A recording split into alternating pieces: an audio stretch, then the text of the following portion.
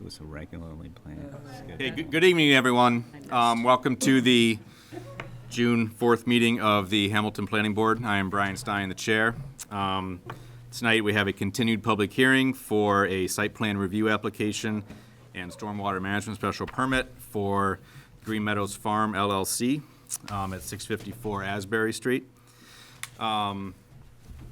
Since it's a full crowd, or more than a full crowd tonight, thank you for coming out, but since it is a full crowd and there's a lot of new faces here from previous meetings, I'd just like to lay a few rules tonight and how the process will work. After this, I'm going to talk a little bit about site plan review, the process, the use that we're discussing tonight, and what our purview is as a board. We will then have the applicant and their engineer present their material tonight, which will be largely a review from last meeting 2 weeks ago regarding water usage and some site plan information. The reason for that is some of the board members weren't here last week. I know a lot of you are concerned about water, so we're going to have them rehash that a little bit. So they'll present. If the board has questions, the board will ask those questions first. We have our peer review engineer here tonight from Beta Group that will address any questions that we have. And then, once that's all taken care of, we will then open it up for public questions and comment. Again, given that it's a tight room, acoustics aren't great, I ask that you stay fairly quiet while others are presenting. You will have your chance to speak.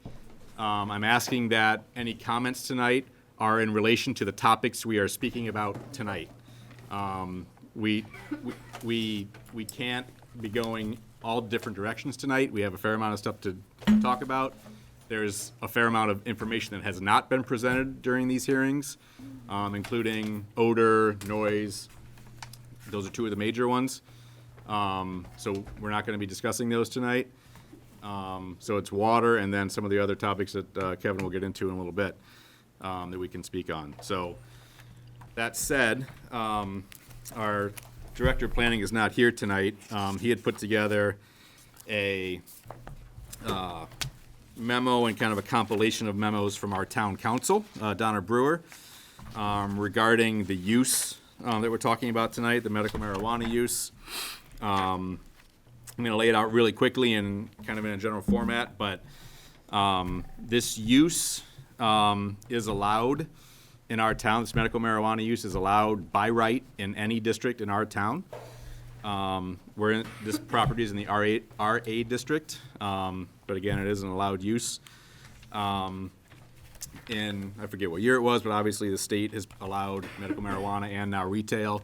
This town banned retail sales and growing, I think a year or two ago at town meeting, but it has allowed medical, and the state says you cannot ban medical retail or production in your town. You have to have a zone in which it's allowed by right.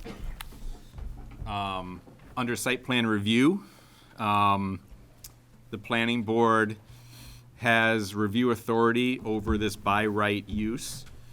Per our bylaw, we take the application from the applicant. That application is required to have certain things in it. To this point, again, a few things have not been submitted regarding odor and noise and a few other things. So that application is yet to be fully complete. Our purview is to examine that application. We've hired or engaged a peer review engineer firm, Beta Group, who we've used in the past on numerous projects. And they are, again, engaged by the town. The applicant pays for their services, but again, it's controlled by the town and the town staff and the planning board. They are in the process of reviewing a number of the items that we'll be discussing tonight, including water, and will be responsible for reviewing odor, noise, and so forth going forward. So again, there is a third-party reviewer along with the planning board looking at this as well. So what the planning board can do under the site plan review is review the application. If the application is insufficient throughout the process, we can deny based on that, or we can approve the application. If the application meets the submittal guidelines, there really isn't a way for us to deny it. In the bylaw, it does say that for exceptional circumstances, the board can deny. However, there has been, according to our town council, no case to date in Massachusetts that a court has upheld a denial for anything other than an insufficient application. So I just wanted to kind of lay that out there. We're trying to follow the law as best we can, and the state, our local bylaw. So I wanted to put that out there because I know there's been a lot of misconceptions about what can and can't happen during this review process. So if anybody has any questions, I'd be happy to answer as best I can. Again, I'm not a lawyer. And again, if anybody is going to speak, they need to be up at the podium. This is being broadcast on and recorded on TV. You need to state your name and your address. Again, if you have any questions right now, I'd be happy to answer them. Just one addition to that. We can condition the approval. In other words, in terms of things we think are appropriate to buffer or lessen the impact, but we cannot make conditions so onerous that the project becomes economically unfeasible. So we have limitations as to what we can condition and how we can condition it.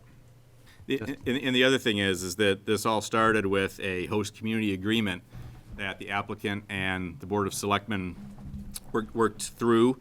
It is required for any marijuana establishment in the state to go through to have something like this in your town. So that was a fairly lengthy document that spelled out in a fair amount of detail what is required of the applicant.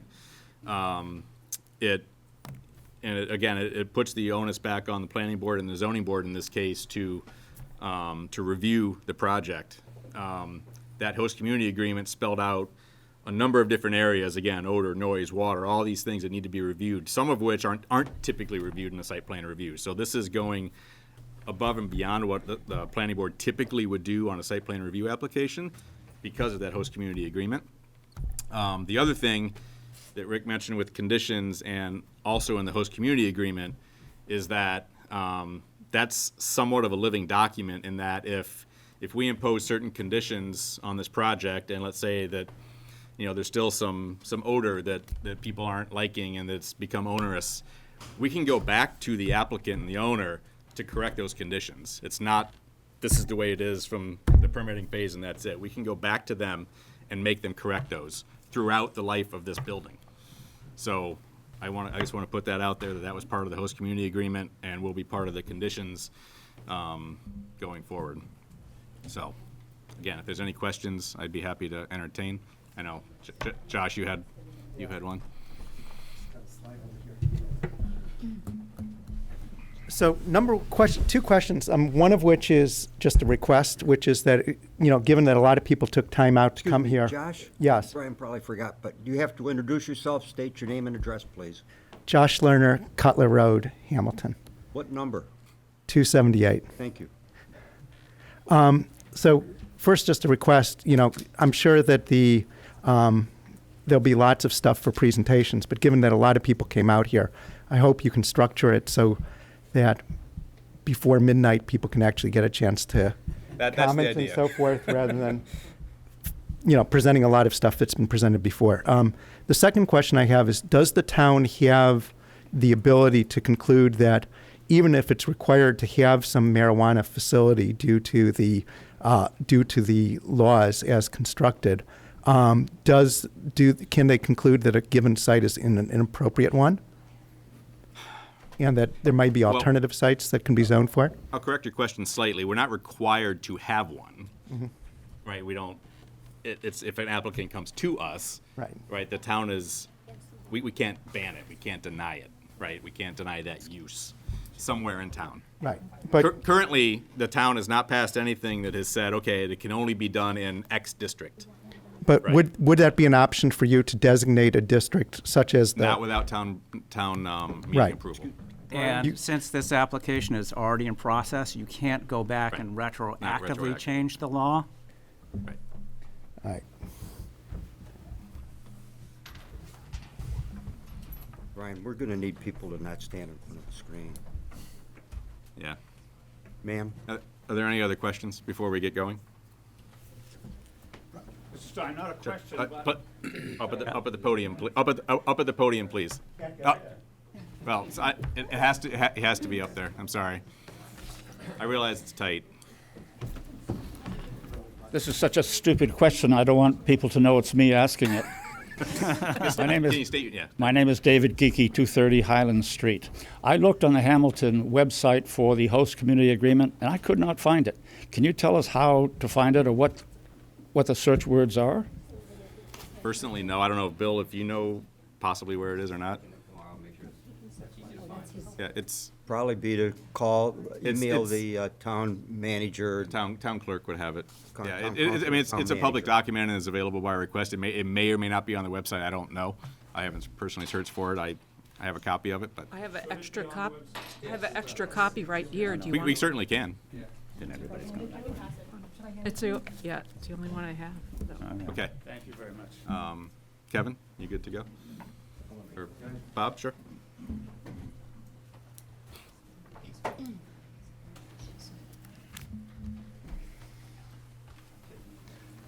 Hi, I'm Bob Patton, and I am the CEO of Green Meadows Farm. And as I do every 2 weeks, I thank the board for allowing us to come and make our application. Forgive my voice. I was running around outside. I got sunburned like a tomato, an organic tomato, may I say. But I'm glad to be here. Before I make some introductions very quickly, just because we have the team, I think that maybe folks might be interested who they are. I do want to hark back to the meeting 2 weeks ago. Some of you will recall that meeting came on the heels of the publication in a number of local newspapers of a news broadside. It was taken out by Attorney Ben Timon, who represents Chris and Deborah Abbott, and it was about our projected water use of Green Meadows Farm. I was in an ill humor about that. I disputed its substance, but that is irrelevant to what I have to say. As I was speaking about it, I characterized its publication as dishonorable, and that was a very bad word to use because that's a personal aspersion that just doesn't belong in this kind of a forum. So I just wanted to say to everybody that dishonorable is not what I meant to say. It's certainly not what I believe of the Abbotts and Mr. Timon, and frankly, it's certainly not true. So I did want to apologize wherever they are, and they don't have to accept it, but I do mean it. Okay. Other than that, which is the most important thing I'll probably say right now, but that's been said, I just want to introduce who's with us. We've got our Kevin McGarry will be the engineer. Oh, he's behind me. There he is. I know what he looks like. And then our COO, Chris Zawacki, our general contractor, Sean Costello, and our in the suit, well, I'll go to the next one first. That's our Director of Cultivation, Ben Bork, an organic magnifico expert beyond belief. And then our attorney for Green Meadows Farm, Adam Bartowski, who I do want to have a moment to introduce himself. Thank you all. Thank you. Thank you, Bob. Good evening, Mr. Chairman, members of the board. My name is Adam Bartowski. I'm an attorney with Roberto Israel and Weiner, 255 State Street, Boston. Wanted an opportunity to say hello, introduce myself, let you know that I'm working with Mr. Patton in Green Meadows. I'm happy to answer any questions that the board may have, in this meeting or in any subsequent meetings. Very briefly, I just want to echo the remarks of the chairman and state that I do believe this to be a fairly straightforward process. This is site plan review. It's for a by right use pursuant to the zoning bylaws. But with that being said, this is a new industry. It's a new industry to the state. This is a new industry to this community, to this town.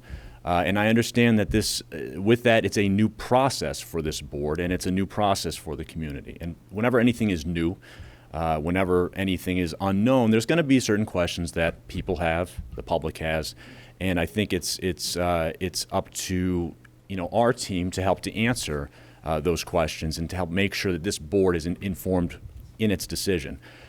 From doing hearings of this manner elsewhere in the state, I do want to say that I appreciate the methodical nature of this board. It has been a thorough process. And I bring that up not really for the board, but for members of the public. I do recognize, based on size alone, that there are some people here that have not been to some of the other hearings. This might be their first planning board within this community, and it might be their first hearing on this matter. And they might not be aware of all the time that's gone into this project, both from our team and from this board. You know, site plan review is a long process. And while tonight, the scope of tonight's meeting is really, it's somewhat limited in scope. Site plan review is very broad, and I bring that up just so that there's some context to understand what's behind us and really what's ahead of us. So again, happy to answer any questions that the board may have throughout this process. And with that, I would like to turn things over to Kevin McGarry of Fuss & O'Neill.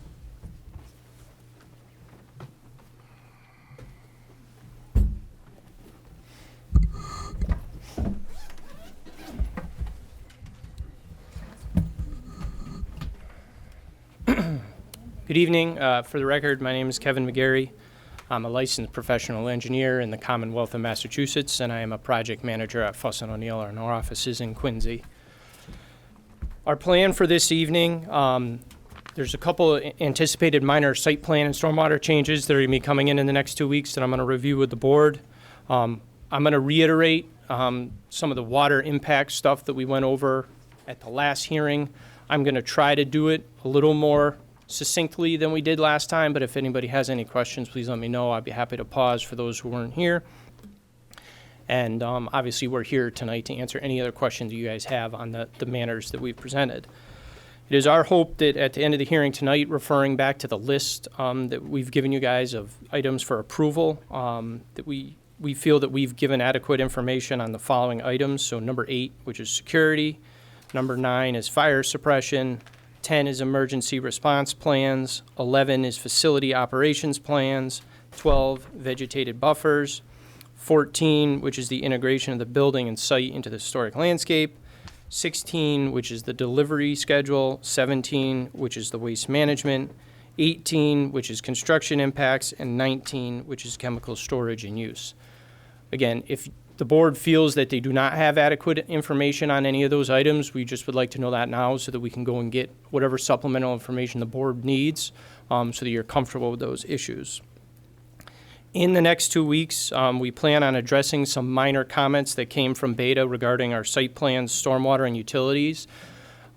We had gotten a second comment letter, and there's a couple minor things, and I'm going to go over those. We also received comments from Beta related to our water impact.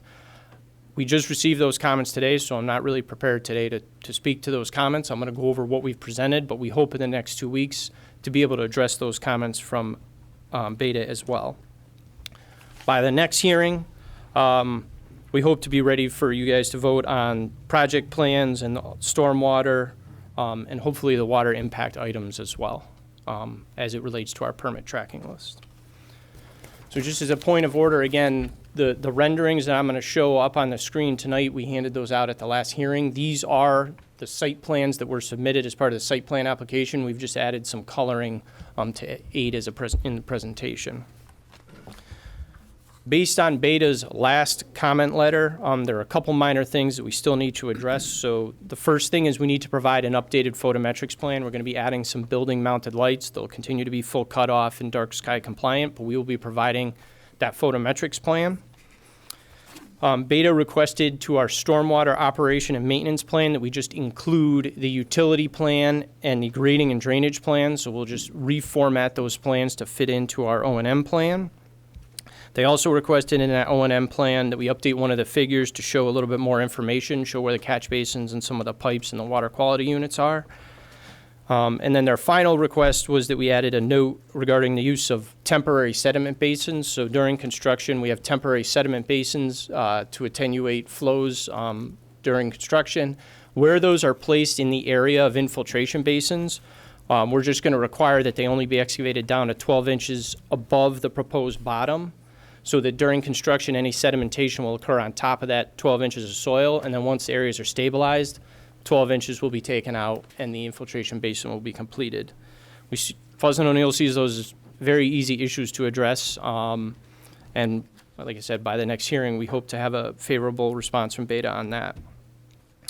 Beta also recommended a couple conditions in their letter. So one of them was prohibiting the importing of snow or ice, which we've already said we don't plan on doing. Another one was allowing the town to witness the excavation of the proposed infiltration systems during construction. I've reviewed that with the applicant. They don't have any issue with that. And another one was that a copy of the final stormwater pollution prevention plan, or the SWIP, would be made available to the town prior to construction. Again, the applicant doesn't see any issues with those conditions. Was mentioned at the last hearing, but again, as we get into water impact, I thought it was worth mentioning again. When we revised the stormwater system, in addition to removing some of the impervious areas, we were able to make some minor modifications to some of the basins to allow us to retain and 100% infiltrate, the 99th percentile storm. Based on a review of historic data from 2000 to 2018, it equates to the 2-year design storm, which is equivalent to 3.1 inches of rainfall. So when we looked at all the historic data, there were 1,512 storm events that occurred between 2000 and 2018 that generated 0.1 inches of runoff or more. Typically, you just ignore storm events that are less than 0.1 inches.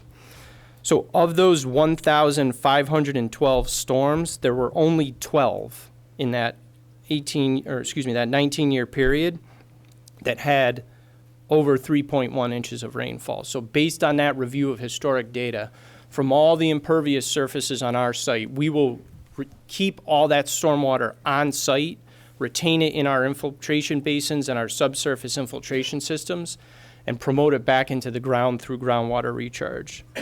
So that exceeds not only the minimum requirements set forth in the stormwater handbook, but it also exceeds the requirements that are typically set forth in green building codes such as LEED. Any questions on any of that before I go into the water use? So Chris, could you go over to the next slide, please? Could I ask a question?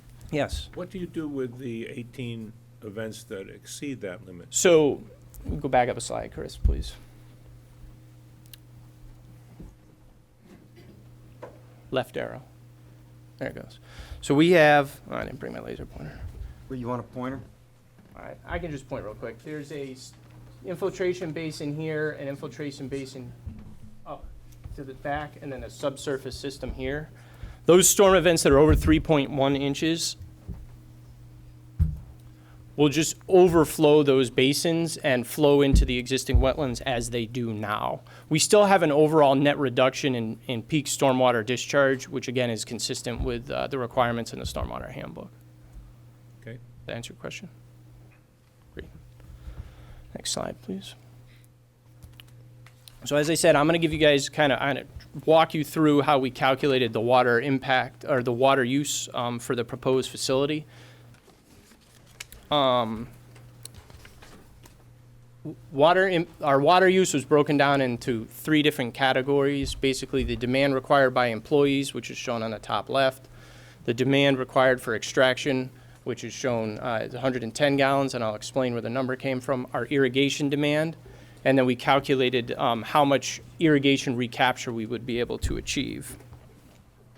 So from an employee standpoint, the facility anticipates to need a maximum of 50 employees at any given time. In reality, there will be certain days, depending on where the facility is in the cycle of operations, that less employees will be needed.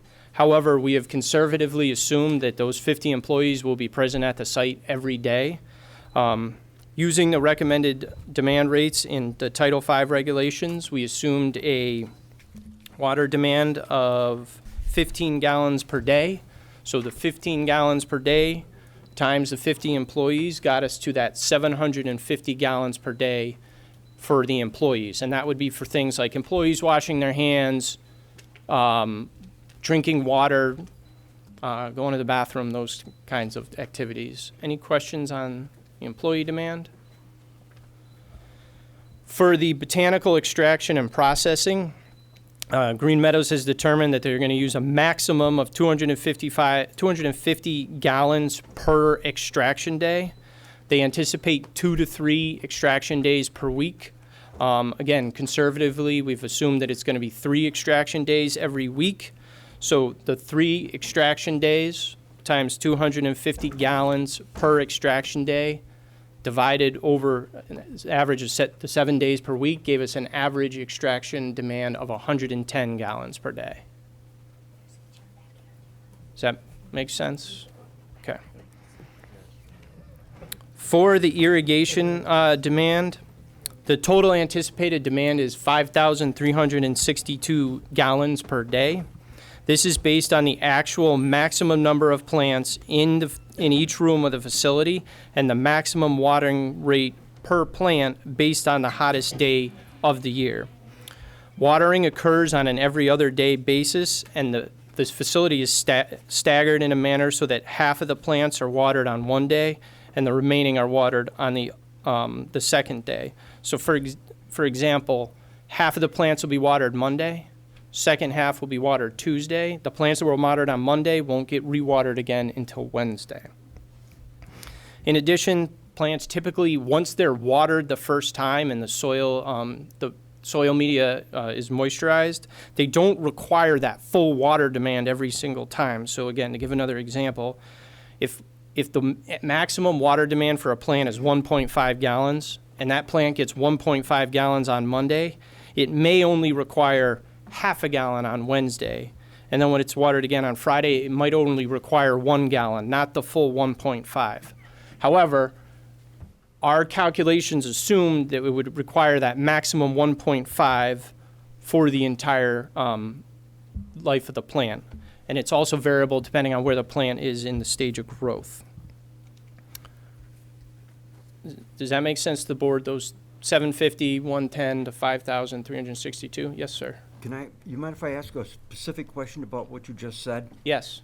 If the plant only requires, let's say, half a gallon on a given day, is there a way of determining that beforehand so only half a gallon is delivered, or does that mean that half a gallon or the whole gallon and a half gets dropped? Then it goes through the soil or the growing medium and is recollected. So how does that work? The irrigation system is a drip irrigation system. It's a series of tubes that just drips water into the soil media. It is computer controlled, and it's based on the moisture content of the soil media. So it's all controlled so that the plants do not get overwatered. Okay, so the plants draw water out, that decreases the soil moisture, which calls for more moisture to be added. Correct. So that On that every other day schedule. Right, I understand. So that you're being conservative and using your highest Correct. possible number a day. Correct. When in reality, the computers will only require a third of that, perhaps. Correct. Right. In order of being to be it. conservative. Correct. Okay. Can I ask? Yes. This is a sort of related. Sure. But last week, and if you don't want to answer this at this point, that's fine. But last meeting, Bill found places that were stating the states out of state where they had very much like double the amount of water conservation. Would this be, could they be using more exact or non-conservative data to do that? I mean, would they be, you're giving a very conservative estimate, So what was, or is my question not clear? So last time and you're gonna get to it, talking about the irrigation recapture Yep, and I'm gonna get to that, transpiration yeah. and so Right. forth. It's, and yeah, it's you mentioned transpiration recapture. Evapotranspiration. Evaporation recapture, right. Is this an inappropriate time to ask about yeah, that? let me get to that, and then you No can problem, ask thank that you. question again. Okay. So the first three circles are good. So the proposed facility has been designed to recapture and treat both the leachate and the condensate from the irrigation process using an advanced filtration system. Plants are placed on a specialized stand, so any leachate that does drip through that soil media will be recaptured and collected for reuse. The greenhouses are also equipped with dehumidifiers that have been sized to handle a portion of the water that is reintroduced into the greenhouse environment through soil evaporation and plant transpiration, which is commonly referred to as evapotranspiration. So that's everything. That 3 million gallons per day irrigation recapture covers both Leachate, leachate and evaporate, condensation.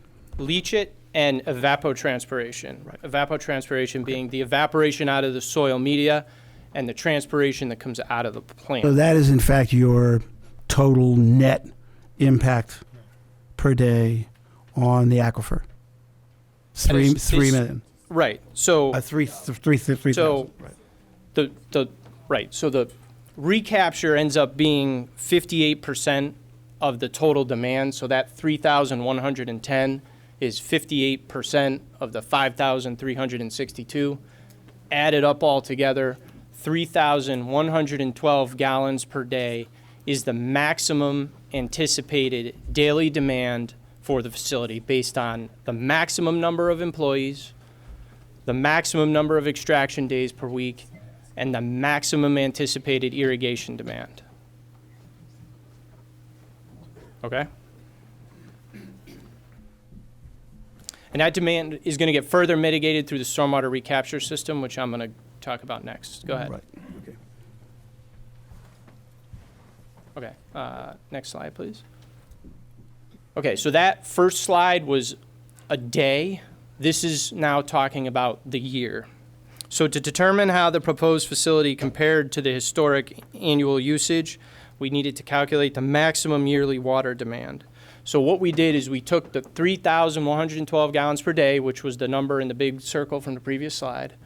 We multiplied it by 365 days, and we subtracted what we anticipated would be recaptured by the roof recapture system, and that's what resulted in our maximum yearly water demand of 459,324 gallons, about 460. So for the roof stormwater recapture, in order for us to determine how much the system would recapture, we took that same data from 2000 to 2018, and we modeled it on a day-by-day basis to determine what the how much storage would be in the tanks for every single one of those days for that the 19-year period, and the average for that period was 676,571 gallons. So again, the maximum daily demand times, which is the maximum number of employees, maximum extraction days, maximum watering rates, assume that that was applied for the entire year, and then subtracting out what we will recapture, that's how we got to our 460,000 gallons. The facility has been designed so that roof stormwater recapture is commonly referred to once it gets into the building as gray water. That gray water will be used both for irrigation as well as toilet flushing inside the facility. Can we ask a question as a member of the public? At the end, just write it down or hold on to it, but yes, in a little while. Are there any questions from the board on that? You go to the next slide, please, Chris. So again, this is just a very the high-level summary of the demand for the facility. So the maximum yearly demand for the facility is I'm using rounded numbers, 2.27 million gallons. And again, that's based on maximum number of employees, maximum extraction days, the maximum irrigation demand. So that's the whole circle. Of that 2.27 million, we're able to mitigate 50% of it through our irrigation recapture, which is the dehumidification of the soil evaporation and the plant transpiration, as well as the leachate recapture. And we're able to mitigate an additional 30% through the roof stormwater recapture. So of the total maximum demand that we need, we only actually require 20% of our total demand, or about 460,000 gallons, from the town of Hamilton. And that water demand would come out of the public water main that's available in Asbury Street. When we went back and looked at the historic data for the farm, which was between 2013 and 2017, the annual usage ranged from 307,000 gallons to 525,000 gallons. So our anticipated maximum demand of 460 is well within that range. But that didn't account for the fact that the rain falling on that prior facility went right back into the aquifer. It is. So you're a little bit confusing net and gross. So So- a lot of people are concerned about the net effect on the aquifer. Sure, so let me, Which is how much you draw out as opposed to how much do you put back in. so let me, You're giving us a net figure, except for the prior farm, you're giving us a gross figure, how much they actually pumped out of the town. But a lot of that went back in. so let me make sure I clarify. This is just, this is just how much water the facility needs from the water main. It's not a well. Right. But a lot of people in town, including the state, are very concerned about the state of the Ipswich River Correct. water aquifer. And if you don't put any water back and all you're drawing is water out, then the aquifer is going down. So this is a net figure, and the figure you're giving for the prior farm was a gross figure. How much the farm is drawing out of the town, but you didn't account for the fact that all that spraying and irrigation, whatever they were using the water for, put a lot back into the aquifer. So when looking at groundwater recharge and recharging back to an aquifer from a engineering stormwater standpoint, that is best achieved. You're correct. Some of that water, if it was used for outdoor irrigation, would have gone back into the ground. However, you get better groundwater recharge through the construction and implementation of stormwater BMPs. So the two infiltration basins that we have and the subsurface infiltration will promote more groundwater recharge than the site currently does. When you have runoff, I understand they're not directly comparable, but you're still comparing a net figure with a gross. Okay. It's just like most houses in town use about 50,000 gallons a year pumped out of the town water system, but almost 80% of that goes back into the ground through Septic. leaching fields and through septic tanks. You haven't accounted for that at all in your calculations about what goes through the septic system. correct. So we That was a propose, small part of what they draw out, though. I'm just saying, but he hasn't accounted for it. He hasn't accounted for that. That's true. right. So the facility does have a proposed septic system that will give some more groundwater recharge. But again, to be conservative, we did not consider that. Any questions on that thus far? So unless the board has any other questions, again, we've covered a lot of information over the course of these hearings. Yeah, so just for everybody here, as you said, and I said earlier, Beta, our third-party engineer, has not fully reviewed all of these calculations and everything. So they did review it. Well, All right, go ahead. Yep. they did. I know where you're You received a letter, we received a letter. There's a number of questions in there that they need you to answer and provide specific material for. Correct.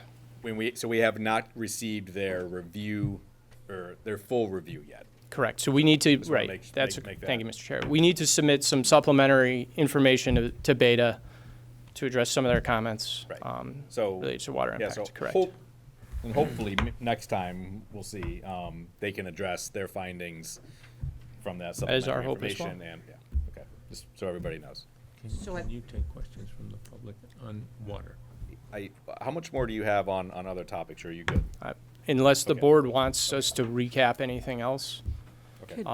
is The only thing I would just want to add from a site plan and stormwater standpoint, not the water impact, those 4 items that Beta mentioned in their letter, we plan on addressing. I'm hoping to Beta's satisfaction, obviously.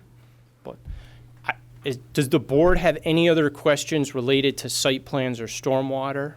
Just because if so, we'd like to just hear those questions now so we can address those issues before the next hearing. I think to Bill's comment, it would be helpful to have some kind of figures on the comparison of what was before with the farm and the infiltration versus now, since you're looking at apples and oranges. Or So that we have- perhaps a typical house, considering both rainwater, drawing water out of the ground and putting it back in with the septic system. So we could say something like this facility is equivalent in terms of its net water use to 20 houses, 50 houses, 100 houses, whatever it is. But I have a question about that analysis, that last statement. Most of the houses, our water use does not go back to where we get the water from. So is that a correct way to do the analysis? Well, over time it is. Over time, it's one big aquifer. Okay. So if it goes in here, it flows down over Okay. there, and then comes back out. Well, and I'd like to throw in, if you're going to do that analysis, Bill, it ought to be not on houses, it ought to be Right. with farms. Right. What other farms? Yeah, other uses. Yeah. I think we understand your question, so we can go back and look at that. Thank you. And can you just say, 'cause you mentioned it last time, just so everybody knows, what happens in a potential drought situation in the summer? Thank you, Mr. Chairman. The facility's been designed with two things. So there is the ability to divert the roof stormwater runoff directly out of the building and bypass our collection system if groundwater recharge was a priority. It's also been equipped with an exterior fill so that we can import water from an off-site location if needed. Okay, thanks. Any other questions from the board? Yeah. Getting back to what I was referring to way earlier, would it be possible to somehow investigate why the discrepancy, the differences in the numbers? I got a feeling that you're being very conservative. Maybe the people out in the other states that Bill referred to last meeting were being extremely non-conservative. I'm not sure it was an apples and oranges comparison. So whatever the data is that you're referring to, you'd have to provide that to us so we could look at it. If that would I be haven't seen possible, whatever Bill? it is. Bill? I just read that in the Central Valley of California, they're able, through irrigation and condensate, to capture 85% of the water that they put on the plants. So are you able to go back and get that reference could and send it to probably him? dig That was actual in-use built facility, correct? Right. That's right, okay. that's right. So that could also be a difference.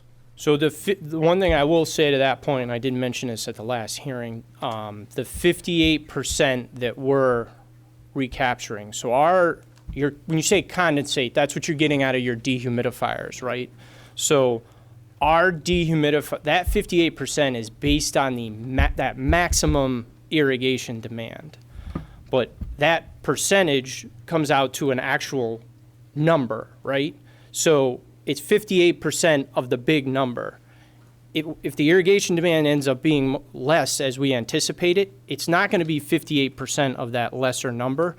Those dehumidifiers are still sized to remove the condensate of that larger load.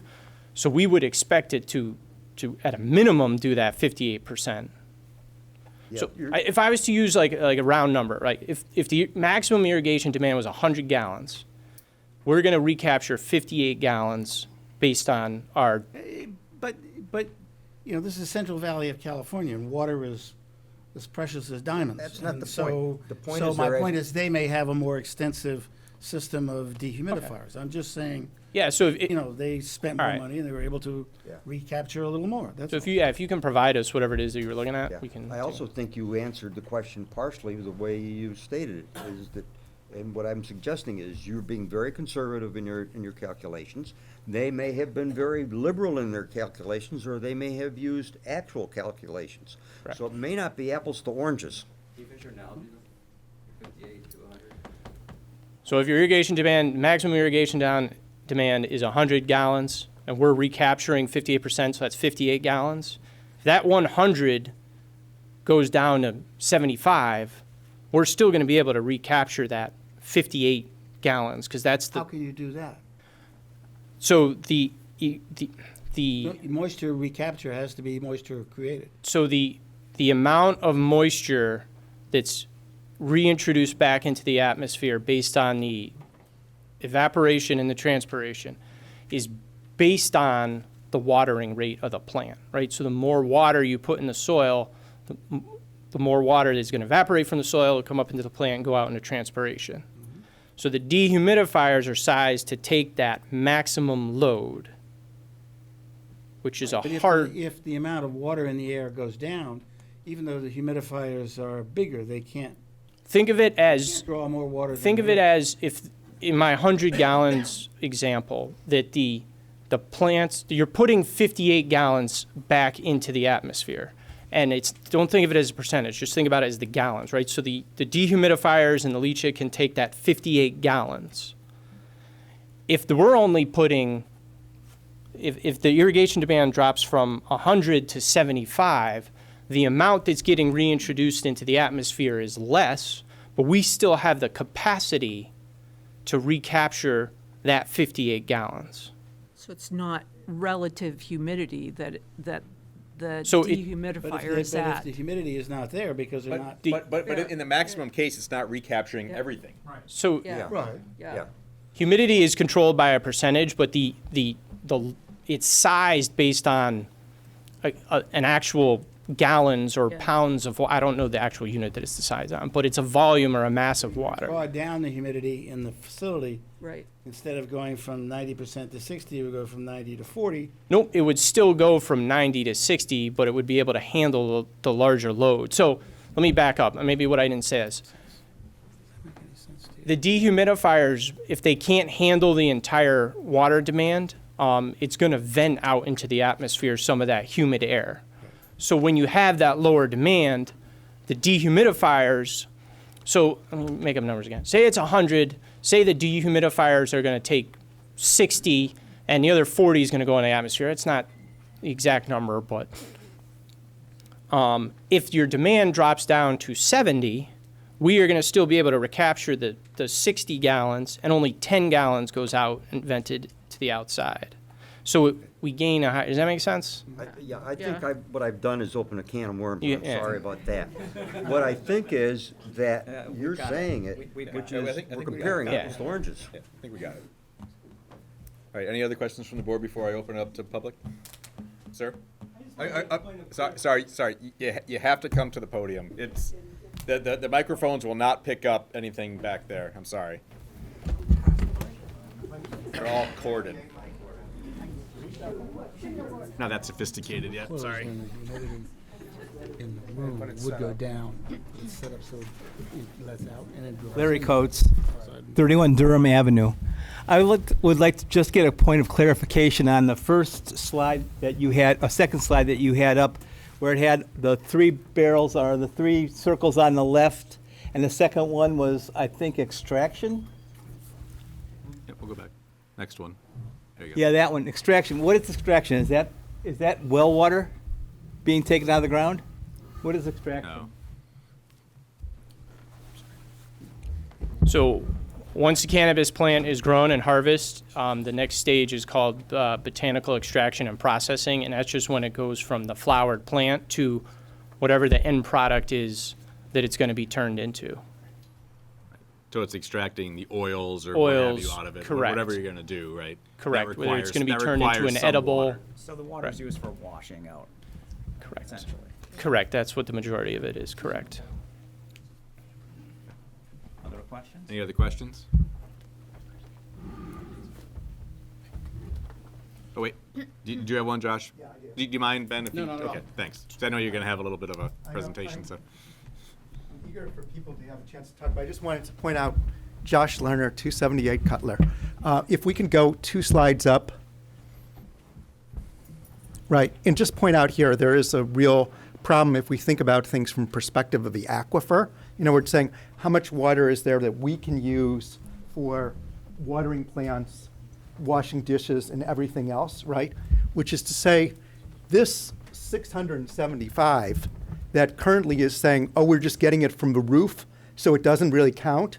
In actuality, that's stuff which would rain, flow into the aquifer, and be there. So these guys are saying, we're just using 460 a year, but in actuality, it's 1 million a year that they're yanking out of the system that's not going to be there for us. And they're trying to spin it in a way that makes it seem like it's not as bad as this. Just an observation.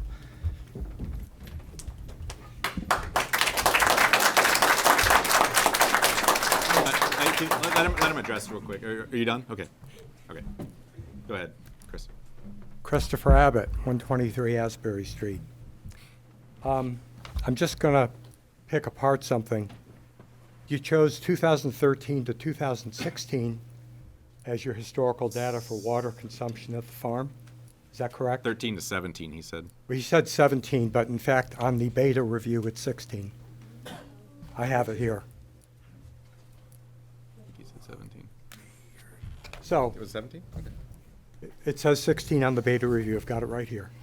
Now, 2013, severe drought, minus 10 inches. National Weather Service. This is in South Hamilton. 2014, minus 10 inches. 2015, minus 2 inches. 2016, historic drought, minus 14. Isn't it reasonable? Sorry. Isn't it reasonable to take a normal rainfall year as what would historically be? They're cherry picking years, minus 36 inches in those 4 years, historically dry. And they're saying that's the average. They come to 375. In fact, it's more like 275, your historic use. And I can prove it. I've got the numbers. I'm not cherry picking them. I've picked the most, and I've covered this with Wayne, and he agrees with me.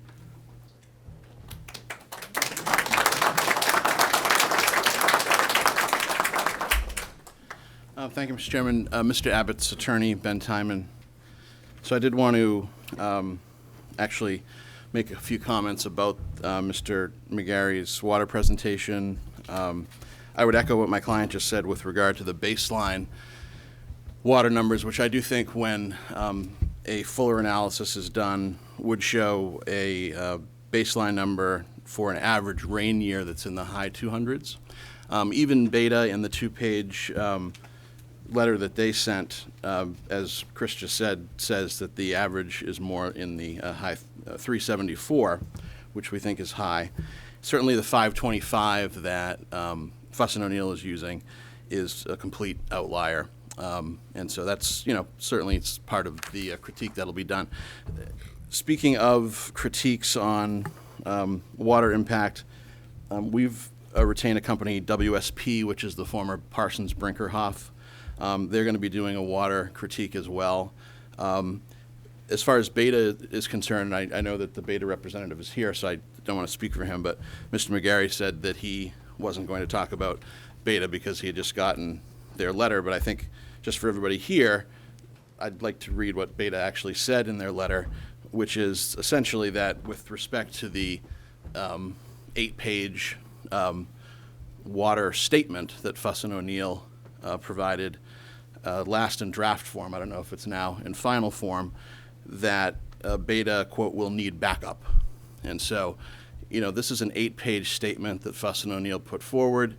They were tasked under the host community agreement to fund a water impact report. What they provided is far from that. They provided conclusory statements with regard to daily demand, with regard to water savings, and clearly with regard to baseline historical use as well. Chris, would you mind putting up the slide that talks about daily demand? That one? Thank you. Appreciate that. So WSP is going to critique this, and I'm sure Beta will as well. I was a political science major in college, never liked math, and there's people on this board who know a lot more about this than I do, but you don't have to peel the onion very long to realize that, Mr. Boroff, these are actually not conservative numbers at all. So to take the employee number at 750 gallons per day, that's based, as Mr. McGarry said, on a projection of, let me pull the chart here, 15 gallons per employee per day at 50 employees. And he just said, even though it's not in the report, I don't believe. If it is, I apologize, but I don't think it's in the draft report. But he said tonight that that's based on Title V figures. Why you'd use Title V for a industrial facility, I don't know. But when we looked at, did some research, what the EPA says is that for a commercial or industrial facility, the figure that should be used is not 15, but 35. gallons per day per employee. So already we're almost a third short on gallons per day for by employee. So instead of 750, it should be 1750. Okay, so we've already added 1,000 just based on a math challenge lawyer's research. That may be low, because another thing that Mr. McGarry didn't mention is that in the 66,000 square foot cultivation facility, which we just learned last time has a 47,000 square foot cultivation canopy that, as of right now, is planned to be unsprinklered. We hope that the board will not go for that, and we've asked the fire chief to not go for that. There are 4 showers, 2 men's and 2 women's showers. I believe that the EPA numbers, again, experts will weigh in on this, don't take into account showers for employees, and so has that been taken into account? Certainly not in the 15 gallons per day, I wouldn't think. So, you know, again, it doesn't, I think that a very superficial critique shows that that number's off. Now, the irrigation number, of course, is the biggest component of the daily demand. They have that at 5362, and if you go into the 8-page water statement draft that they've put together, you see a very summarized breakdown of the amount of water per plant that they intend to use. And Beta has said that before they can do any analysis, they need information. They need documentation of required watering rates for plants, which makes sense. Where's your backup for how much water is actually required to grow a marijuana plant? We did some research. Again, there's no citations at all in Fuss and O'Neill's report for their water demand numbers. We did some research and we found the following citation.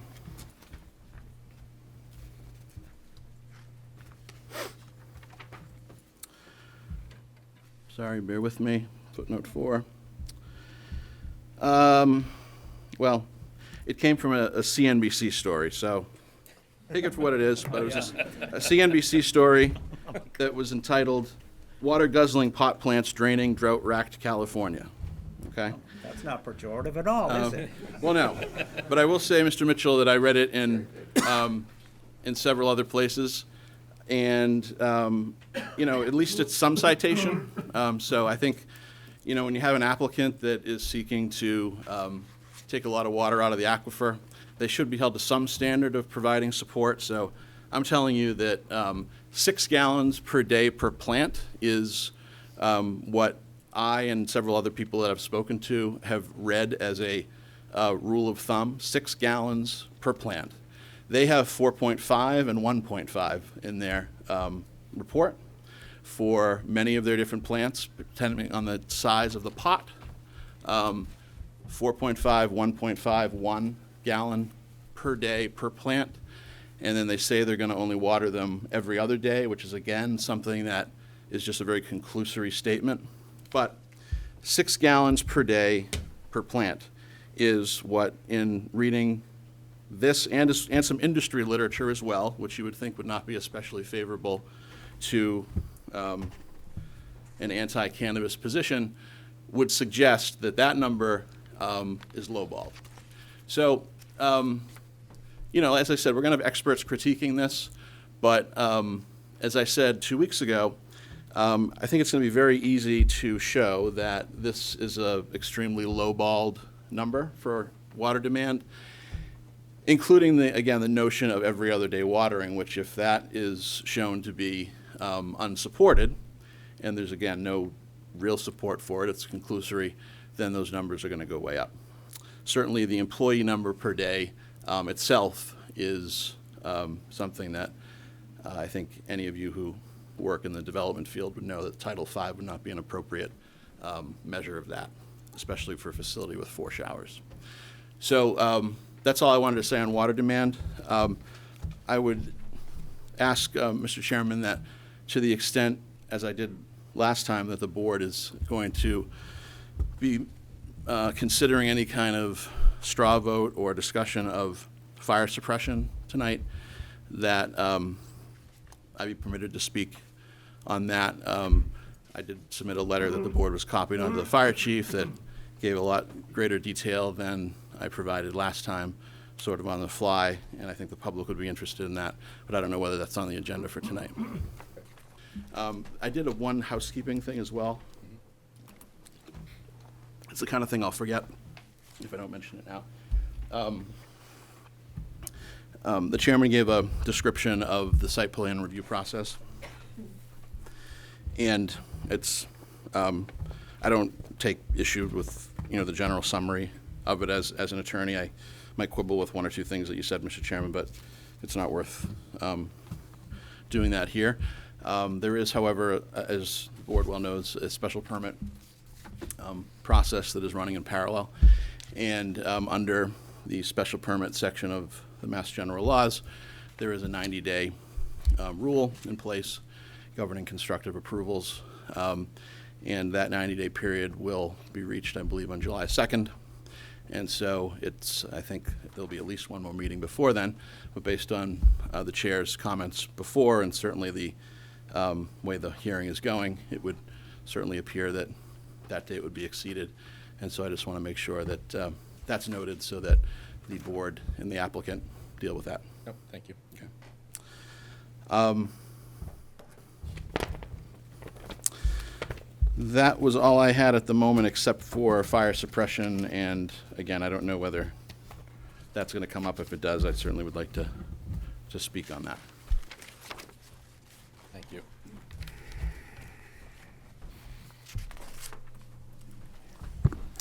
Robin Davis, 57 Lois Street. Some of us are new to this process, and I have a quick point of clarification for Mr. Chairman, and for those of us who are new to this conversation. And now this application from this site, Green Meadows, is for growing medical marijuana only, or medical and recreational marijuana? Medical only. Okay, and is that true, Mr. Patton? By law, that's true, and by ACA, it can only be supplied, anything comes out of this greenhouse can only go to medical patients. So you are not planning to grow or sell recreational marijuana? This facility, absolutely not, we'd never do that. Okay, thank you. And there's, just to be clear, there's no selling of medical from this facility. It's not a retail establishment. Okay.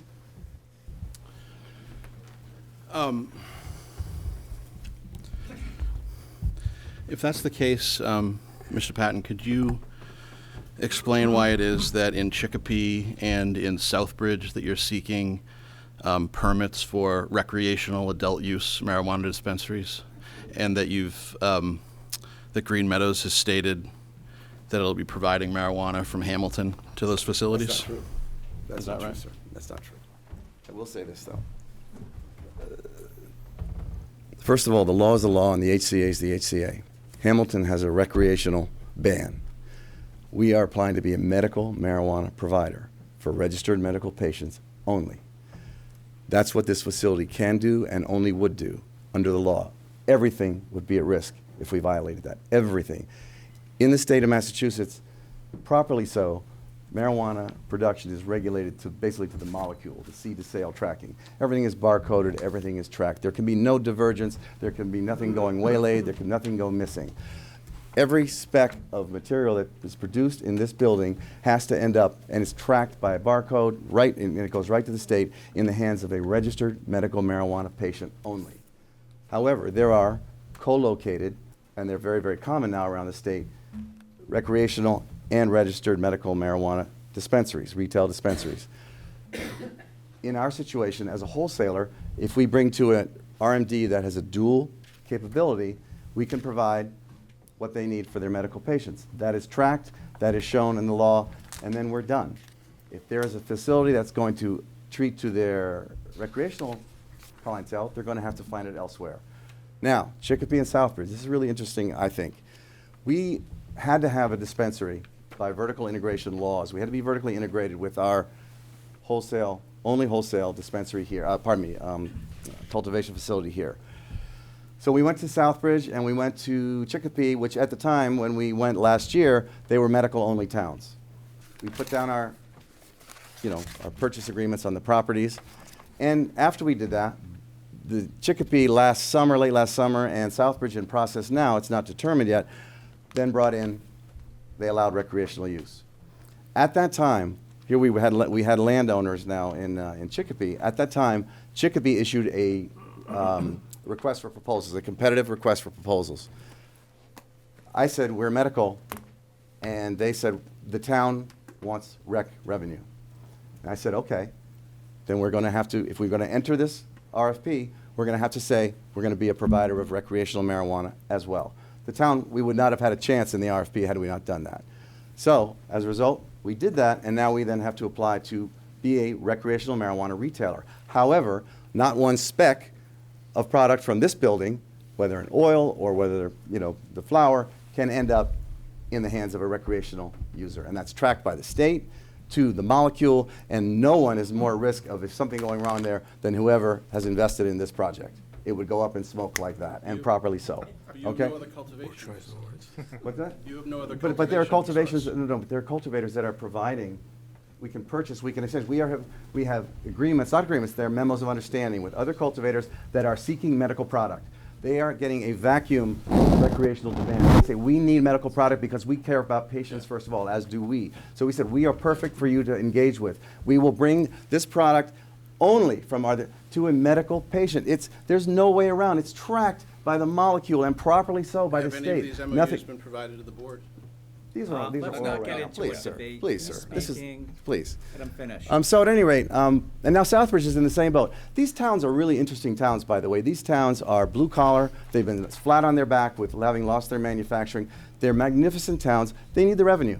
And they also know that in these dispensaries, we see across the state, and I'm not here to defend recreational use, nor, by the way, am I a type of person that would say, am I against recreational use and this happened around me and that's the only reason, poor pitiful me, that we are in the recreational marijuana business? No, this is as a business model. If this is what the town wants, of course, one enters into that business. It's just the fact of the landscape around us. But again, I could say it 50 times, there is no way that we would ever risk our integrity in the town of Hamilton, much less our investment in this project, and allow some medically grown, under a medical auspices, product to go across the counter to a recreational user. And anyone that follows, and nor should anyone here follow it to the degree that I've had to follow it, marijuana law in Massachusetts would understand that these things are ironclad, and they properly are ironclad. So in Southbridge, it hasn't happened yet. In Chicopee, indeed, we do have a possibility of being a dual-use provider. But again, we will have to find that recreational product for those who come in our store that want it, that cannot come from here. And just FYI, these towns that want these dispensaries, the revenues, of course, they'll go to a lot of good things. There's, the moral arguments, no one takes it more seriously than I. But around these dispensaries, we have seen now property values going up, crime going down. The police departments in these towns have approved our plans. This is not fiction. This is statistics. Hey. I'm telling you, folks. Thank you. I'm just talking about dispensaries. This is the statistics in the state, and I invite all of you to inspect it. At any rate, that is the where we are at. We are, at our retail end, we have a potential to be a dual-use provider, yes indeed. Not from this building, or else no one loses more than our family and the other good folks who have invested with us. It would be vaporized in an instant. Okay. So, I don't know if anybody on the planning board was aware of this, but I mean, this entire process, this I think is our 6th hearing session.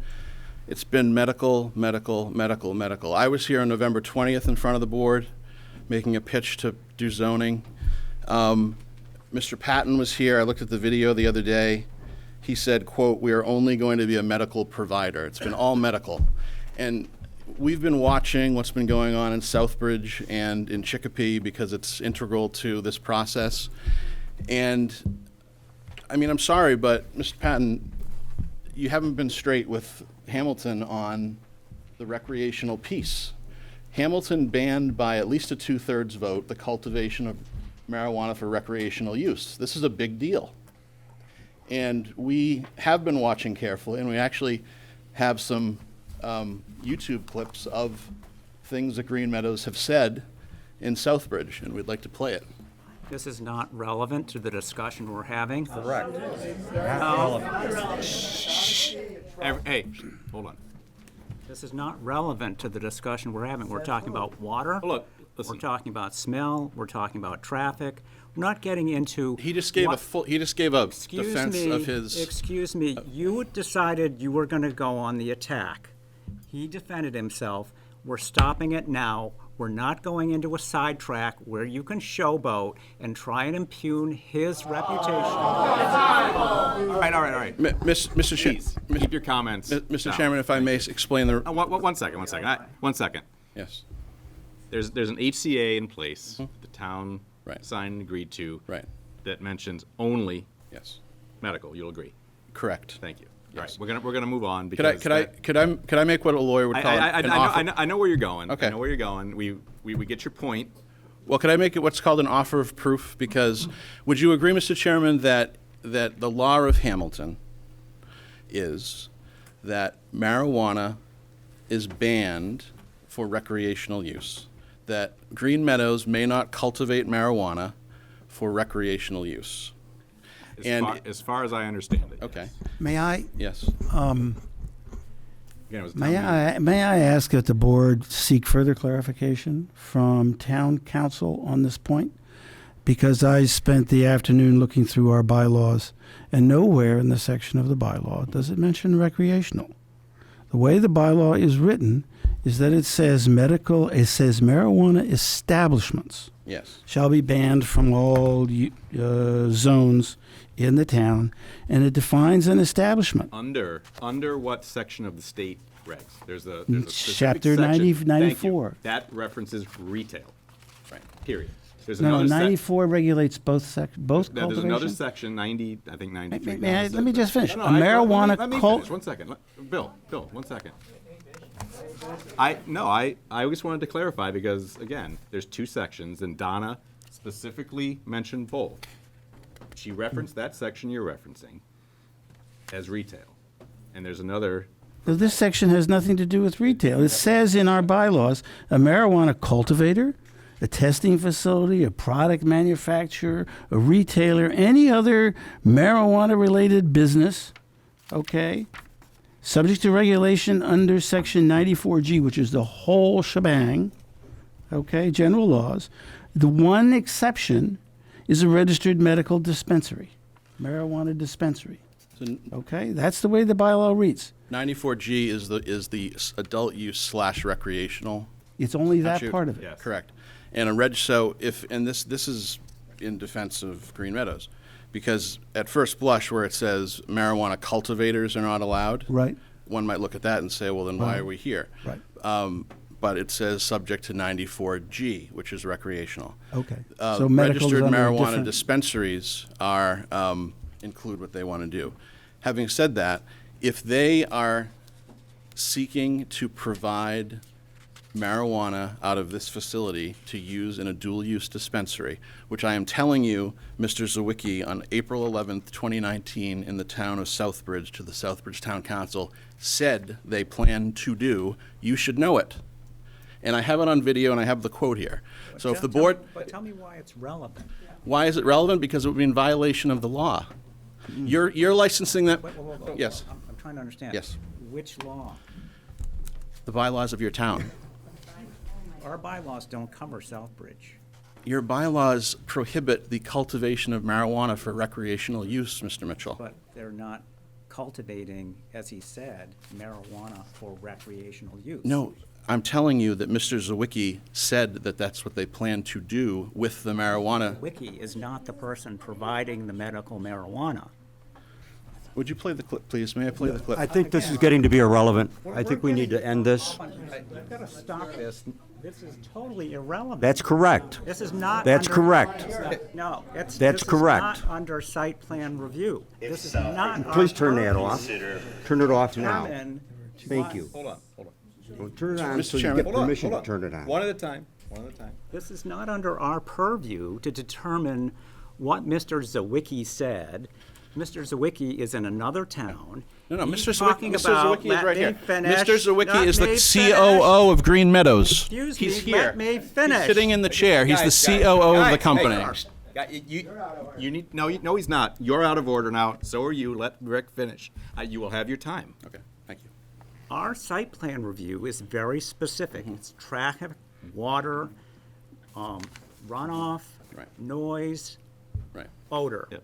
Yes. We're not getting into what does Mr. Zawicki and Southbridge say about what they're doing in their town. We're dealing with a medical marijuana growing facility that the applicant wants to establish in Hamilton. That's where we're going to stay, because I know you'd love to go there and try and introduce some impugning evidence, but that's not relevant to what our site plan review is here. Right, okay. So let's stick to the facts. Right, and if, again, I just want to expand on that a little bit. If they were in violation of whether it's state law or the HCA, that is not a planning board issue. To be clear, again, under site plan review, Right. that is not part of the planning board issue. May I respond? You can respond. Okay, thank you. Okay. First of all, Mr. Zawicki is sitting there. He's the chief operating officer of the applicant before you, okay?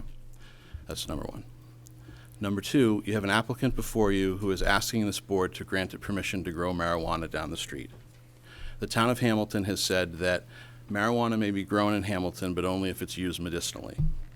The town of Hamilton has further said that it's against the laws of the town of Hamilton, which is allowed by the state of Massachusetts under 94G, which permits towns to do this, to grow marijuana that will be used recreationally. Okay? Following me so far? Yep. Okay. And so if you give this applicant permission to grow marijuana, it will be allowed to do so medicinally. And off they will go growing marijuana. Mr. Zawicki, I am telling you, on April 11th, 2019, at the Southbridge Town Council, said the following. There's a provision where you can distribute your medical product to your dispensary, and if it's co-located, you can, at the dispensary, shift it over and relabel it as recreational. The state doesn't care. That's the video I want to show you. Okay? So that's what he said. I'm not making it up. He said it 2 months ago. He said it during the midst of this hearing at a time when Mr. Patton and Mr. Zawicki, the COO, not a member of some Southbridge body, a Green Meadows executive, told the town of Southbridge, we are going to use marijuana that the Hamilton Planning Board hopefully will give us permission to grow medicinally and relabel it and shift it over for recreational. That's against the law of your town, Mr. Mitchell. And the state. Actually, I would say it's not, because it's not relevant to Hamilton.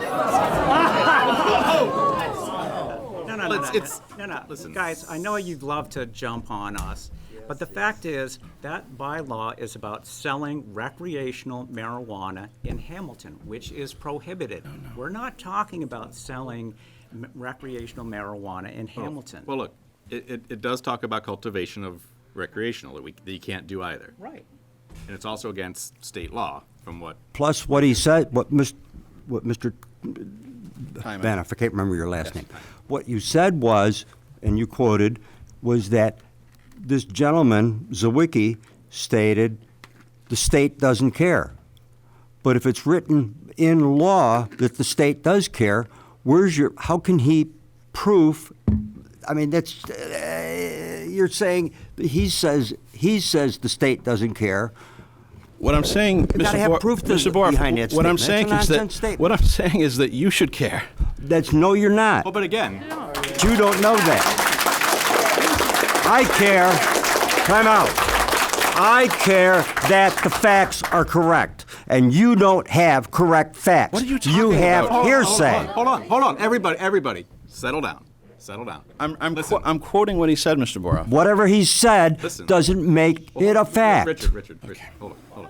Richard, listen, as of right now with this application, it's a medical facility.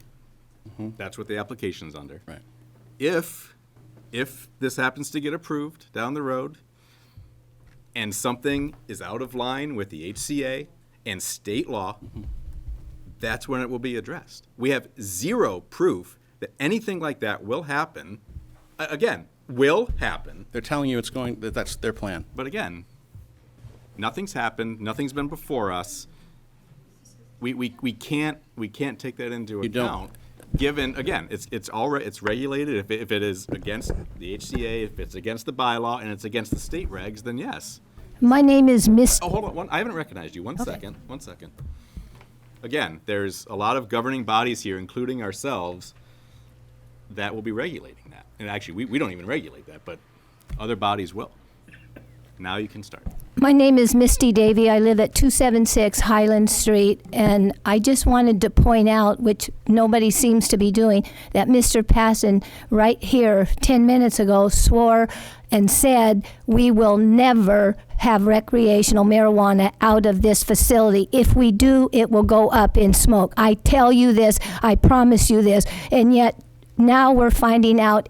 I also talked to the police chief, Mr. Stevens, had an hour-long interview with him, and he is on record saying he also knows Southbridge and this other facility are having trouble because the state is not liking what is going on there, and the regulations are all over the board. So they're coming in to investigate, and it has increased crime. It has increased drug use. And what we're overlooking is he is saying, here, I'm going to manufacture it, but once it gets in my truck, we're going to relabel it and sell it as recreational. That is diabolically opposed to what he just promised us. So how can you believe anything he says? Yeah, well,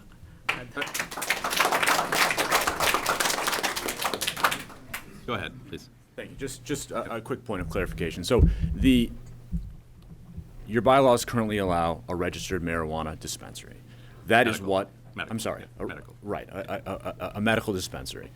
Medical dispensary this is just for educational purposes, are vertically integrated.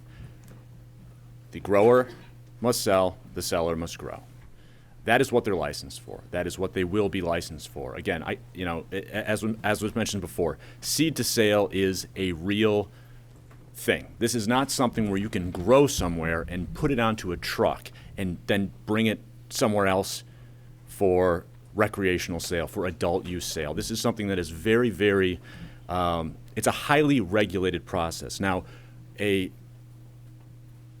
adult use retailer can purchase from an adult use grower. And that is what the intention is here. If you look historically at what's been happening lately, if you can go online and look at any dispensary's menu in the state, the real demand is for medical. Medical is, most dispensaries, most RMDs have to reserve a large amount of their supply for medical because medical is really and remains where the priority is here. And actually there's facets of the law that require co-located spaces to reserve a certain amount. But in this case, it's kind of unique because you're going to have your vertically integrated company, and then the adult use component will be buying from a adult use grower. But again, RMDs are allowed. That is what Green Meadows will operate. They are going to operate a vertically integrated medical dispensary. Just want to make that clear. But they're going to grow much more marijuana than will be actually dispensed by the local dispensary? No, or? the operationally what is expected is that they will sell at their RMDs, the retail component of their medical dispensaries. They will sell what they grow in Hamilton, and anywhere where recreational retail is located will be purchasing from recreational retailers. Also, just as an industry standard, due to just as an experiment, right. If there's not much medical demand in Hamilton, what are they going to do with all the plants that they grow? Well, they won't be selling it all in Hamilton, so it doesn't matter about demand in Hamilton. Okay. They will so they only have dispensaries around. That's right. Take the dedicated product. There has to be dedicated medical retail sites for the cannabis that is grown medically here in Hamilton. And this is highly regulated seed to sale tracking from the state. Massachusetts is the most highly regulated cannabis market in the country and possibly the world. Thank you. Thank you. Just very briefly, again, I mean, you've had Mr. Patton and his lawyer both stand up and tell you that they will not sell the marijuana at Green Meadows recreationally at their dispensaries. Again, I'm telling you that the opposite was said to the Southbridge Town Council. We have it on video. We've, I guess, been instructed that the board doesn't care to see that. And I don't know if that's the opinion of each of the members, but I find that mystifying. And I think it's irresponsible of the board to not want to see whether what you just heard is actually true, and to accept it as true when you're being told and read a quote that it's false. I guess. It's impossible. Well, we're now on record with Bob and his attorney here in our facility saying they're not going to do that. So in that, but again, as a comment from the board, so it looks to me like if Mr. Tineman and anybody else from town wants to go to these other towns and do a legal inspection and find 1 microgram, milligram, whatever gram of marijuana from this facility, because according to Mr. Patton and according to what it sounds like the state law is, it's going to be tracked to the molecule. And if you find a molecule being sold, he's shut down, he's out of money, the site gets closed down, he's lost all his funds. I mean, Mr. Bohr, you're again, talking Mr. Bohr, nonsense here. It's not nonsense. It's not for me to do it. You're on a planning board who's being asked. We can't.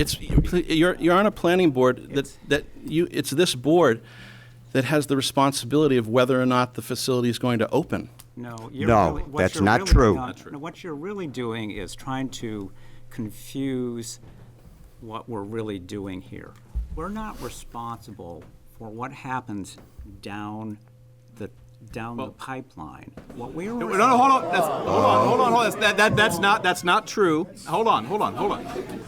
No. Can you please give the board its chance to respond? Right. We've given people every chance to speak. Let us speak as well.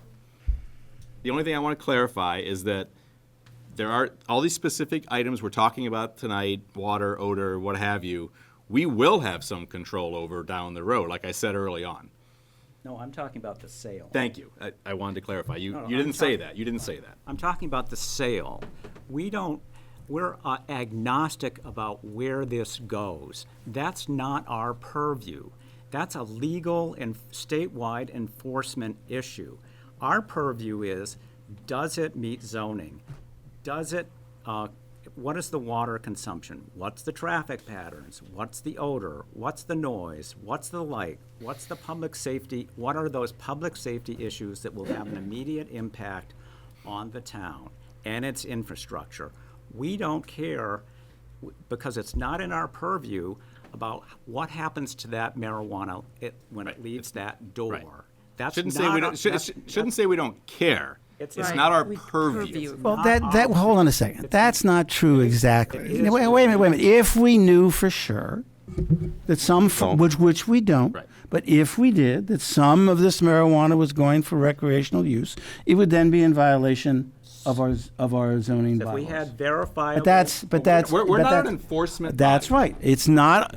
But it's. I mean, there's an argument on both sides. Okay. If we had proof, or we knew for sure, then it would be in violation of zoning. But we don't have proof, right. And it may happen 5 years down the road, and it's not our job to follow it. And again, we are not the enforcement body. We are a permitting body. We do not enforce the laws, the zoning laws. That's building inspector, and then potentially zoning board of appeals if we got to that. I think one of the problems is that this is getting sucked up into a legal problem, and I have a real problem with evidentiary law here, because hearsay is not evidentiary law. Hearsay. Yeah. But again. I'm out. Again. I can say, I'm going to go out and jump off a bridge. Hey, Rich, okay, hold on, stop. I can say it. All right, hold on. All right, okay, again. This is nonsense. Again, it's not in our purview. That's correct. Under site plan review. To go down this road. Right, I just want to make that clear. And I'd like to. And I would guess that HCA, it would be a violation of the HCA, so it would fall really under the selectmen. Well, There was a violation to take away the. As well. respectfully, it is under your purview under the site plan. Enforcement. Under site plan review, if you look at the criteria, the last criterion of site plan review is that the proposal comply with other town ordinances. And one of the town ordinances is a ban on the cultivation of marijuana for recreational sale, and the applicant Right. has and said that's- that it that plans is to under, see, so hold on, that is under the permitting. I'm sorry? That's under the permitting. We have to make sure at the time of permitting that it complies. No, And then, it's- again, it falls under It's one of others the- in town to. It's one of the approval criteria. Right, approval. Approval. Yeah, Right. you're, That's aren't you before it deciding? happens. Aren't you deciding That's whether to before approve it this? happens. Right? Well, all I know is that compliance with the town ordinances is one of the things you're supposed to consider before you approve Right. it. And, so. right. I And one of the agree. town Agreed. ordinances is the ban on recreational cultivation. Agreed. And so I don't think it's not under your purview. Again, enforcement's not. Let this gentleman. Please. My name is Father Spiridon Schneider. I'm from Ipswich. Of course, we're in the Ipswich River watershed. And just a different turn of thinking about this, which is not in the same vein as the legal technicalities, is I've been a pastor for over 45 years in Ipswich area. And one of the groups that I actually like to try to minister to when it's possible to are folks that are involved, in substance abuse and teenagers and young adults and so on. And I want to say that the concept of medical marijuana is in fact a farce. Because, I'll give you an example. I have 5 people that I am deeply committed to, and they all have prescriptions for medical marijuana. And that's their get-out-of-jail-free card. They then go buy as much marijuana as they want, and they consume it as they want, and all because this protects them. And this is one of the overflows. I have one person who is so deeply addicted to marijuana that she is unable to enter into a halfway house. We've tried many times to facilitate this entrance into the halfway house because she can't give up marijuana. And so this is not legal and so on, but I think that the governing boards, all of them, whether they're zoning boards or permitting boards and so on, there is behind it a moral responsibility to the community.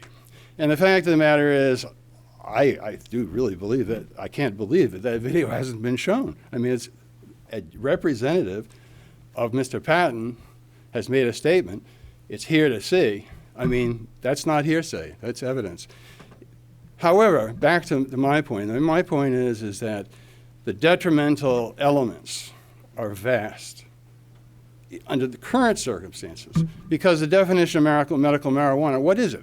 There are 3 substances that the FDA has approved that have been extracted from marijuana. None of them have THC in it, of course, and in addition to which, federal law even prohibits the distribution of marijuana products.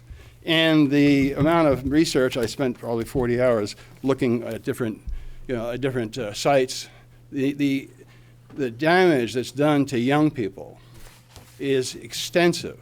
We're talking serious damage to young people. Now, what happens is adults often they've got their college degrees or they have their professions determined and they're mature and they have their family established and so on, and they look back and they don't realize that developing young people actually, a high percentage of 18% of them, if they begin to use marijuana, which is so readily available, then it's going to affect their ability to achieve the goals that their parents would want them to have, never mind themselves. And so we have this amazing situation, which is the prescription of medical marijuana, which anyone who's in the field that I'm in knows is simply a cover to allow these people to use marijuana at their own will. And it's a very serious issue. So thank you for hearing my little point there. And I do think there's a moral responsibility to address that and to take it up to account.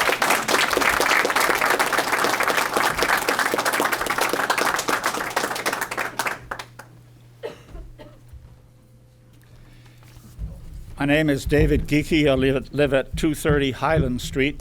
I'm within a mile or two of this proposed facility. I have some experience with planning boards, and I know what the authority of this planning board is. And I'd like to explain that to some of you because we disagree on what that is. Can they disapprove this applicant? Answer is no, they cannot. Can they approve this application? No, they cannot. That is not within their prerogative to do that. Well, why are you here, you might ask? And the answer is, if you'd heard Mr. Mitchell say it 2 or 3 times, we can approve it or we can approve it with conditions. The state does not allow us to do any other. Did you know that? All these arguments, good or not, have nothing whatever with what this board can do.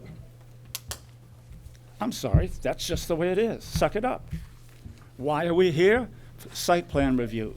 They can place conditions.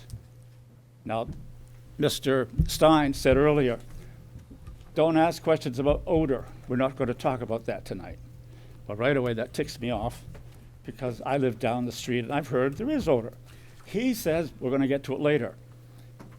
Mr. Stein is a man of integrity. I believe this. We're going to get to it later. Tonight, we hear these same arguments over and over.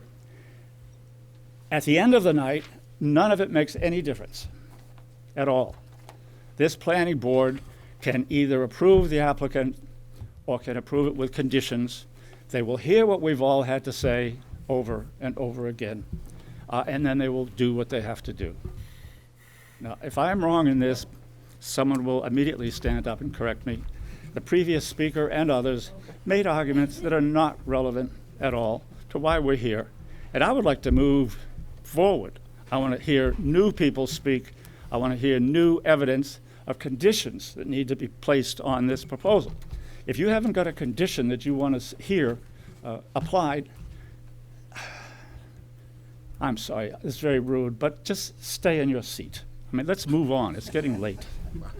So Mr. Geeky's a former neighbor of mine in Wenham. I'll try to be a little bit more hospitable to my Hamilton neighbors. I'm going to meet one condition that he just raised, which is to correct something wrong that he said, but not another condition of being a new person speaking.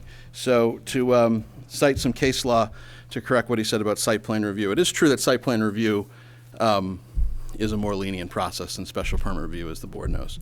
The board does have a special permit in front of it. But to quickly quote case law, which I provided in my May 15th letter in response to Town Council Brewer's letter, a board may turn down a site plan review proposal if, quote, no form of reasonable conditions could be devised to satisfy the problem with the plan. Prudential Insurance Company v. Board of Appeals of Westwood, 21 Mass Ave Court, a 1986 case. It further went on that a denial of a site plan approval will be upheld by a court if a problem presented by the plan is, quote, so intractable it could admit no reasonable solution.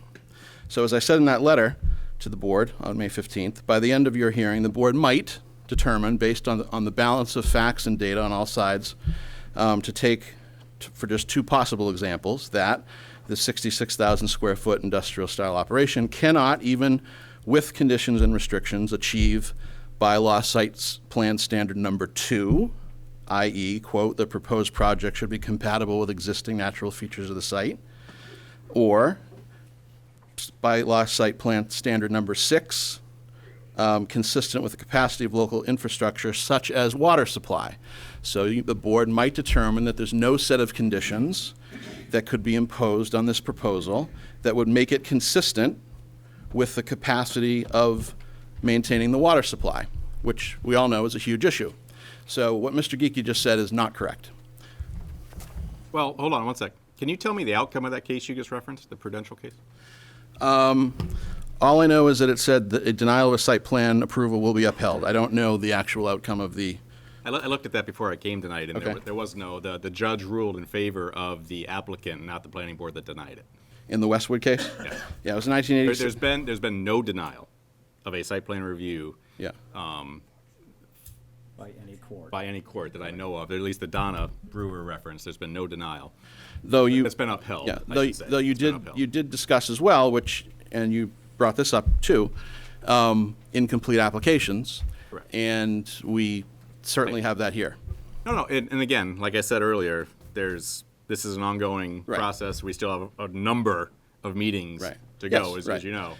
So just, And those two things sort of go hand in hand because, So- in my view, they certainly have not made the case in a complete way. oh, that- and I agree with you, Yeah. because we haven't seen everything. Right. So, and again, the applicant's plan, from what we understand, is to be, we're taking these by section. Water tonight and last time, probably next time, and we're taking these by section, so it's easier to kind of grasp everything instead of taking the whole thing as a giant whole and trying to parse it out. So that's just how we're running this. Thank you. Since my name was used in vain by the last speaker, I'd like to say that what Mr. Geeky said was true. That in fact, I don't want to get into an eschatological discussion of what the nature of truth is, but is it possible that there is a plan someplace out there which is so intractable that no solution is possible? Then the speaker is correct. Are we anywhere near that?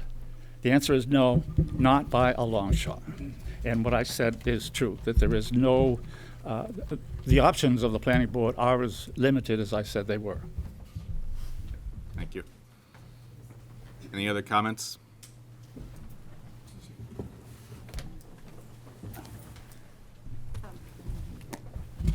Robin Davis, 57 Lower Street. I went to the selectmen meeting last night, and they had a public comment time, and I asked a question about this proposal, and they said, number one, this was a comment time, not a question time. And they said, number two, you need to go to the planning board and the zoning board. And here we are at the zoning board. I have not seen this. Planning board. I mean, I'm sorry, the planning board. And you're saying, really, it's the selectmen who need, if basically there's a conflict in truth-telling here, where does that come into the whole equation? And if the selectmen say, no, we've already signed off on it, we don't care whether the stuff gets turned into recreational marijuana. They didn't say that. No, of course they didn't. But they're saying it's your job and tomorrow night's job. So- And then, So there's a number of permitting requirements. Number one was to sign the HCA and agree on the HCA, host community agreement, that they did last summer with the selectmen. That then specified that they needed to come to site plan review, which is part of the bylaw as well. And because they're in the groundwater protection overlay district, they have to go to the zoning board of appeals, who regulates that. So there's two other permitting authorities, other than the selectmen, requiring, hearings on essentially bylaw regulations. The HCA is a separate thing, the bylaws are a separate thing. So we're, planning board, doing site plan review and groundwater special permit, and, or stormwater special permit, and the zoning board has groundwater protection overlay district authority. Those are the two permitting bodies. Brian, may I comment? Thank you. Yep. I was at the meeting too and sitting near her, and I heard the question. I don't remember it exactly, but my impression was when she asked the question was, that's a planning board question, not a selectman question. So Yeah, I agree with again, the selectman's answer. I don't remember what the question was. Yeah, again, I just want Whatever to it was you differentiate asked. between all the bodies that are involved and what their purviews Yeah. are. well, where does the question of integrity come in? And if I think that's, it goes all the way around. However, again, in talking about what our purview is in permitting, and all the things we've been talking about and all the things we will talk about, right? That's our general purview. and that's not your purview. Well, I didn't say that. Okay. I didn't say that. Okay. But again, we're hearing two very different things. I think it's going to be up to us at some point to look at that and weigh that. and maybe gather more information. Well, let me ask you this. What advice would you give to those of us who are out here concerned about this? What would you suggest that we do? Well, I think that actually David made a good point. David's been on the Wenham Planning Board for a long time. And he's right. I mean, it's all about how to condition this project. And again, I think Mr. Timon pointed out these, potential exacerbating major circumstances that may or may not be able to be resolved. And again, I think we've been hearing a lot from everybody regarding what some of these issues are, and we haven't even touched on some of them yet. We haven't even gotten to odor and noise and so forth. So again, there's a lot to look at. But it is about the conditions and how to best condition this and to see if we can condition it to make it palatable for everybody. Without making it completely economically infeasible. Yeah. The other part of it is we need facts. We don't need a lot of emotion. We need basic, That's really facts. what it comes down to. And I get that. I get for everybody. There's some level of emotion. There is for all of us. We all live in town. Almost all of us live in town. There is some emotion. However, we have to take a lot of that out and look at the law. We have a town council. We have a board of selectmen and everyone here that elected us to follow the law. That's what we have to do. And again, there's always a little piece of emotion in there. Whether or not I agree with anyone using marijuana, I have to put that aside. That's an ideological issue that we can't really touch. We have to look at state law and town bylaws. That's what we're here for. So again, our ideologies are probably very different on this board about this use, but we can't take that into account in this arena. Brian, may we take a 5-minute break? I want to finish up, and then we'll take a break when we Okay. get on to other things. So, Hi, Nicholas White, 153 Woodland Mead. Just based on the facts, I would love to urge yet again the playing of the video. So that's a request. I'd like to see a show of hands in terms of the board of selectmen to see who would vote for that and who would not, so I can see who's supportive of that initiative.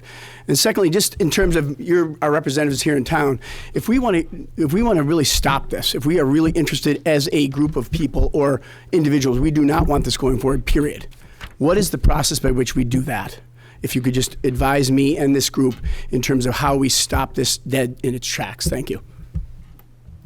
I mean, I'm not an attorney, and again, if we feel there's no way to condition this project that's amenable to the board and seemingly people here and citizens, then we could issue a denial.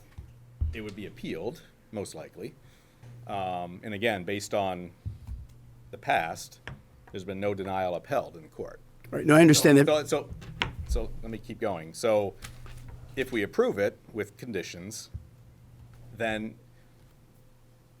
you could certainly appeal it, right? Well, people with standing could certainly appeal it. And again, I'm not a lawyer. I don't know who all would have standing in that case other than abutters. Obviously abutters, sure.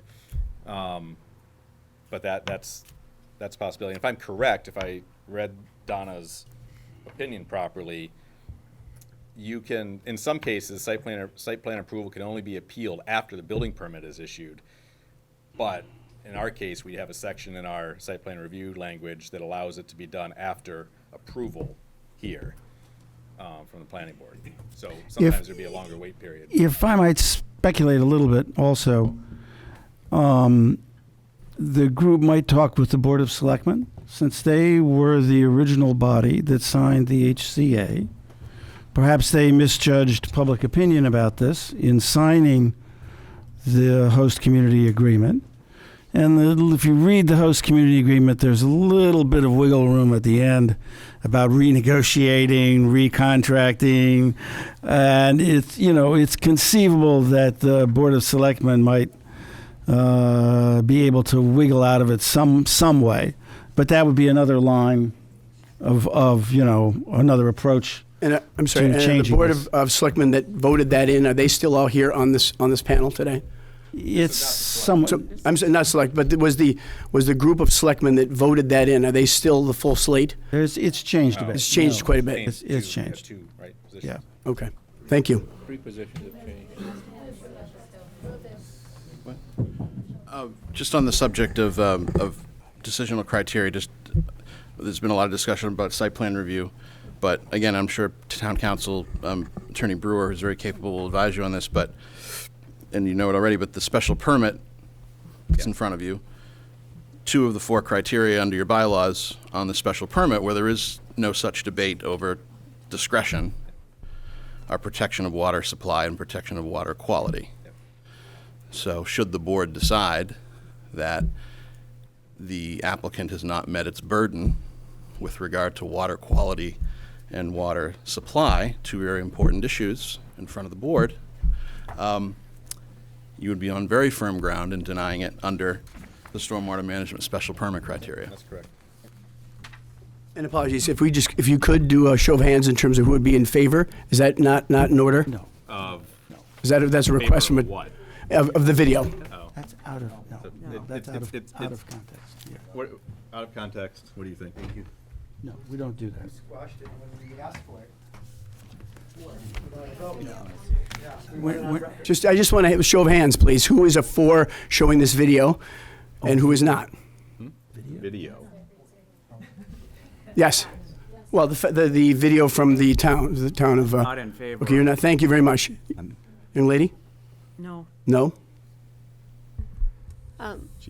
You're not technically a voting member. I technically don't get to vote. I'm an associate member. No.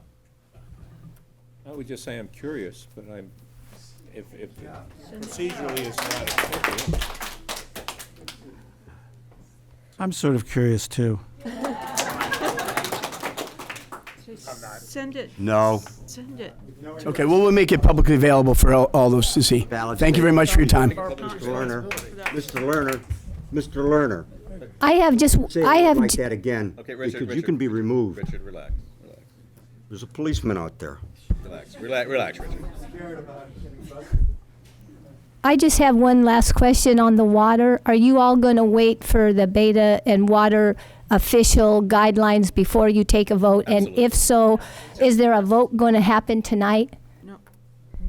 Well, we haven't discussed, I mean, there were a number of topics that Kevin brought up that we've seen in numerous meetings beforehand that we could vote on tonight. Again, kind of, and I'll go back to what we said last meeting.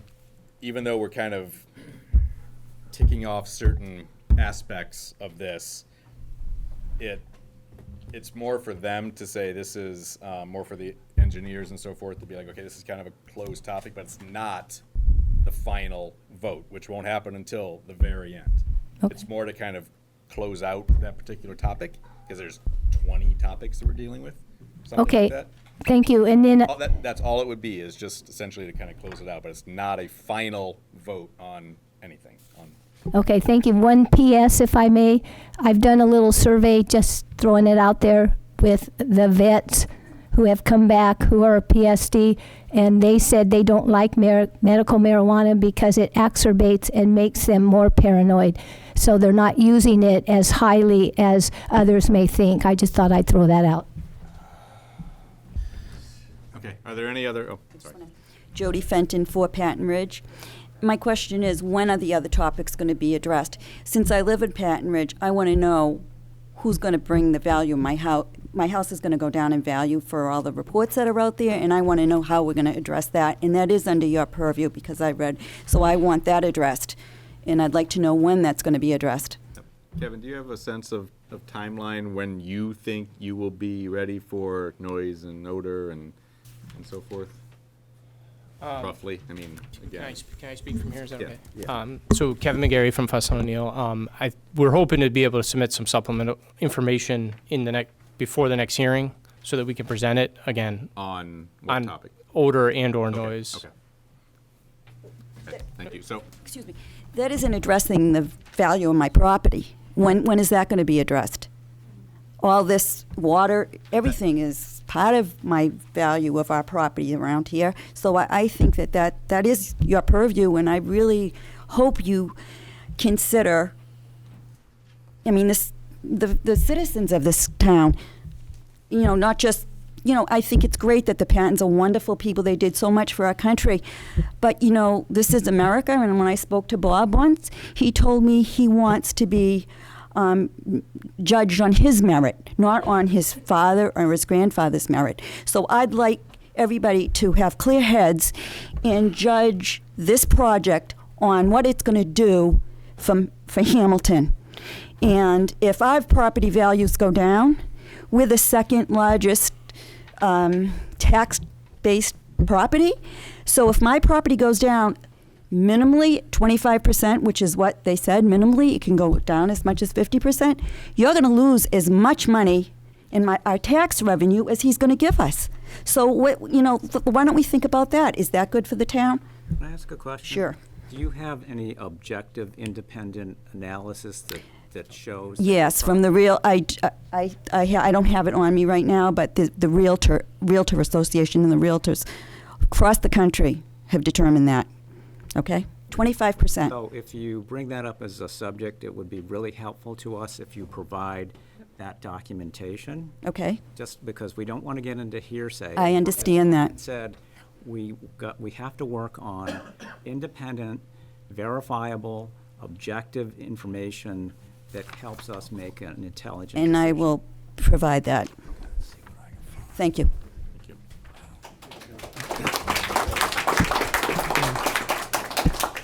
Jack Davis, 57 Lois Street.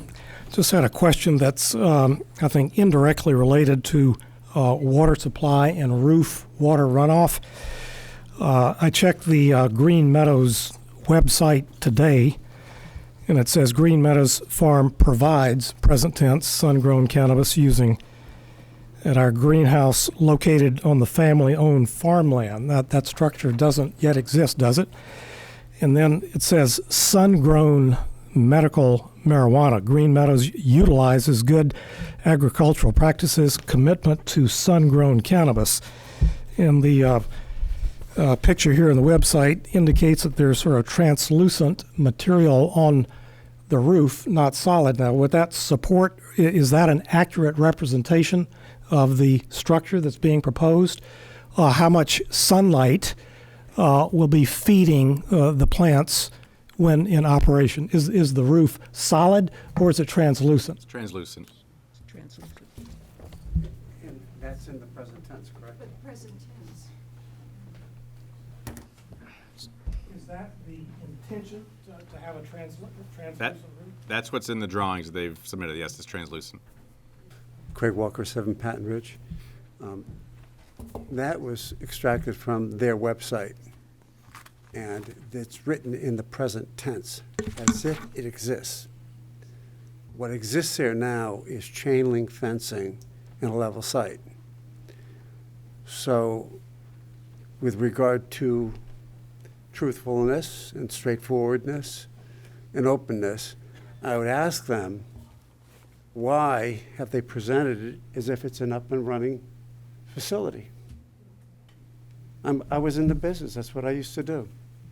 I used to do websites and advertising.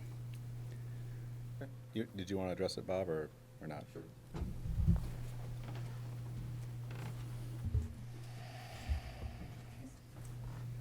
You know, it's a promotional website. Obviously, there's a chain link fence there, and it's not built. I don't know really what the point is. Our idea is that this is what we'll be doing. This is when people come to us, we want them to know this is what we do. You'll also see that all the way through all that website, you'll see medical, medical, medical, by the way, because it's a Hamilton site, and we are a medical provider in Hamilton.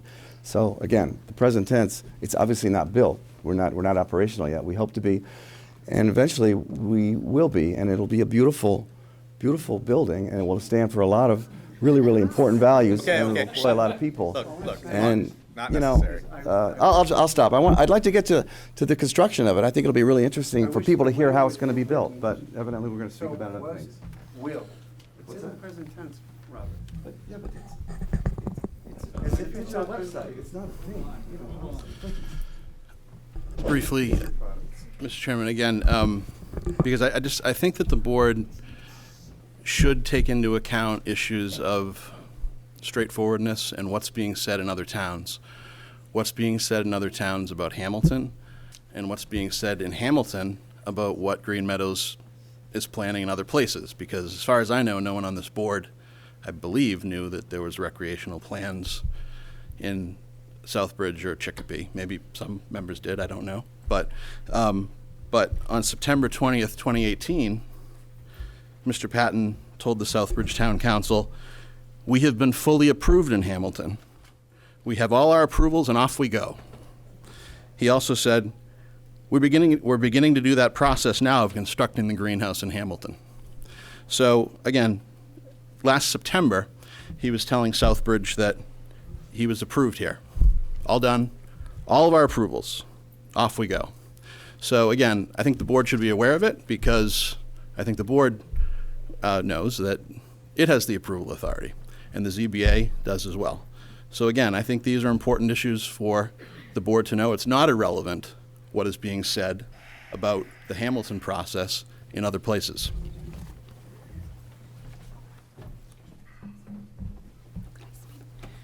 I'm Linda Preston. I live at 288 Highland Street, which is just around the corner from the farm as well. And I just want to follow up on that, because when the Patton Green Meadows LLC came before the town, it was requesting medical marijuana only. And now we're hearing tonight that more requests have been made elsewhere, and that it would involve potentially relabeling what we would understand to have been grown as medical here.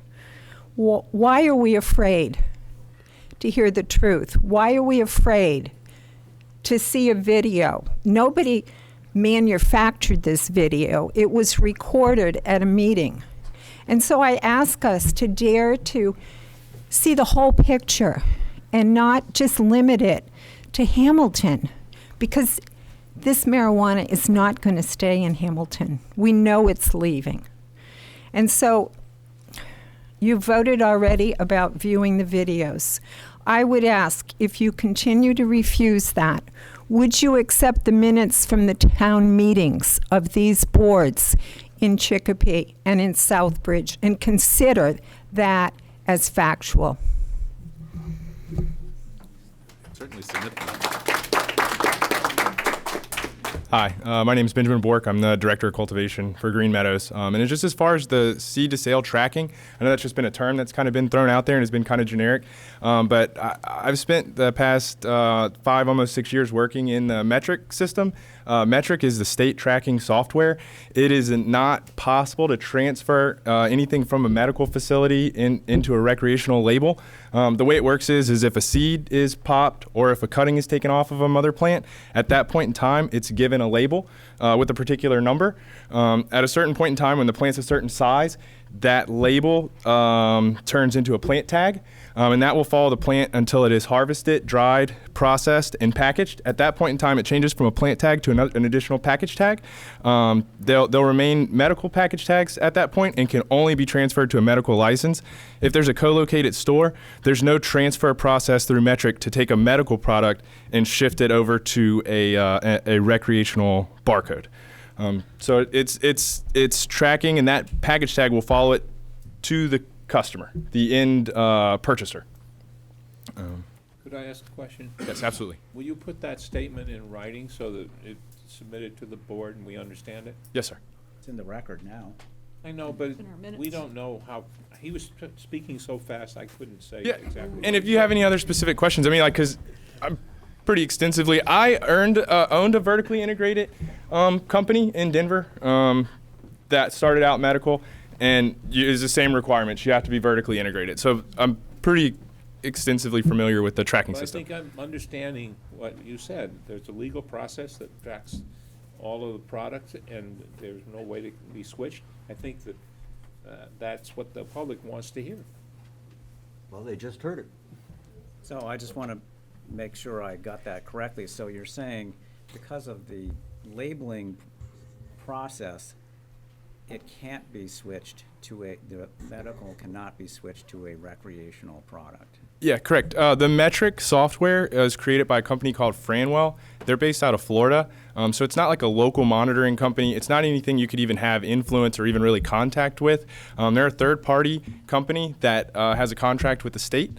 And that state tracking software is independent of any software that Green Meadows would choose to use, and that state tracking software is shared with the state. They get access at any point in time.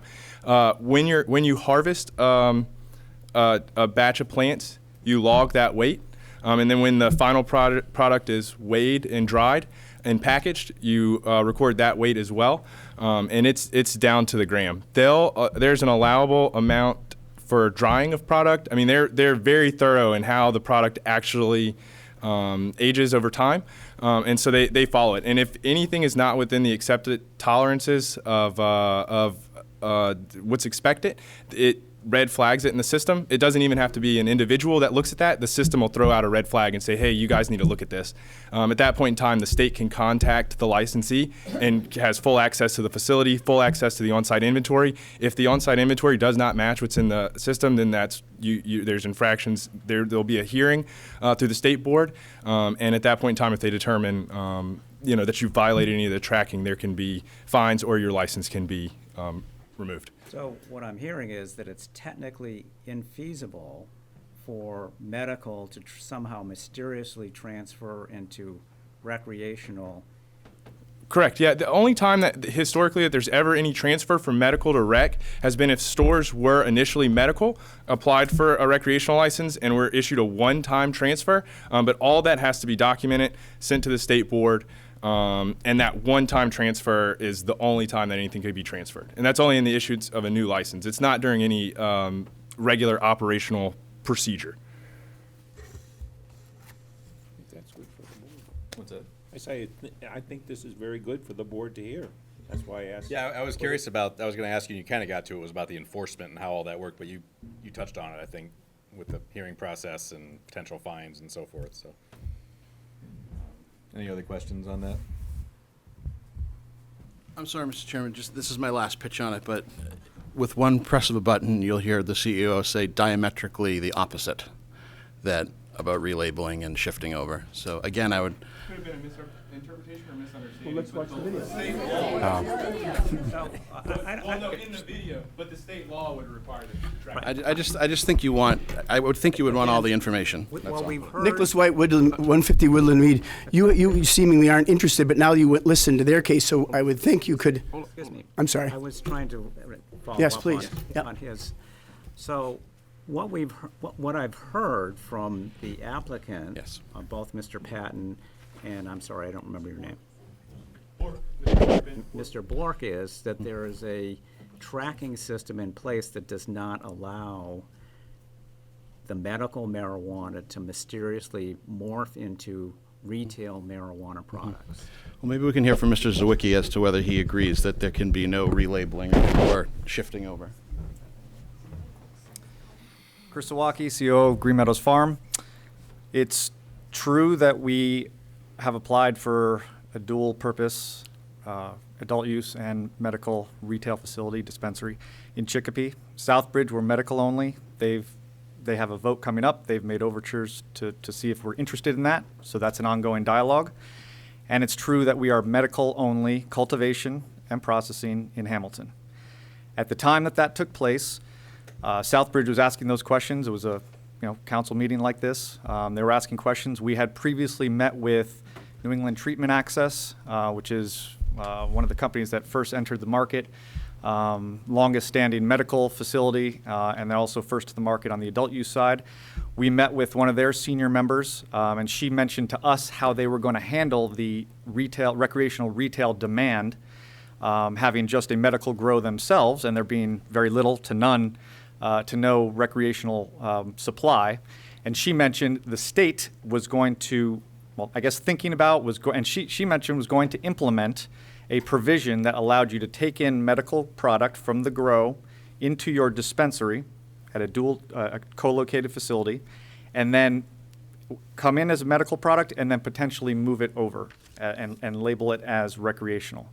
So the state. At one time. Yeah, That's one time. Keep yeah. going, keep going. So that, in addition to our attorneys, and we use Vicente Sederberg, which is a national cannabis law firm, they also mentioned to us that the state was, likely going to make that provision available to those companies that were getting in early to the market. So at the time of that meeting, and I don't remember it exactly, I don't remember the time frame. I guess November, Mr. Timon said. April. That was my understanding, and that's the answer I gave to Southbridge, that was a provision that potentially we could leverage to fill the supply, fill the demand that the town might have. But obviously, the industry is moving quickly. We're learning and adapting to the changing laws all the time. And if that's not a provision that's available to us, obviously we're not going to do it. Obviously, no adult use product gets grown here and wholesaled elsewhere. And our model at this point is to, now that there are recreational grows around the state that are getting approved month by month, and obviously we're a ways out from operating, that should be available to us. And so our model in the future is to get that supply from the outside. So that's how it all took place. Nicholas White, 153 Woodland. Based on that statement, is it worth now reconsidering the vote?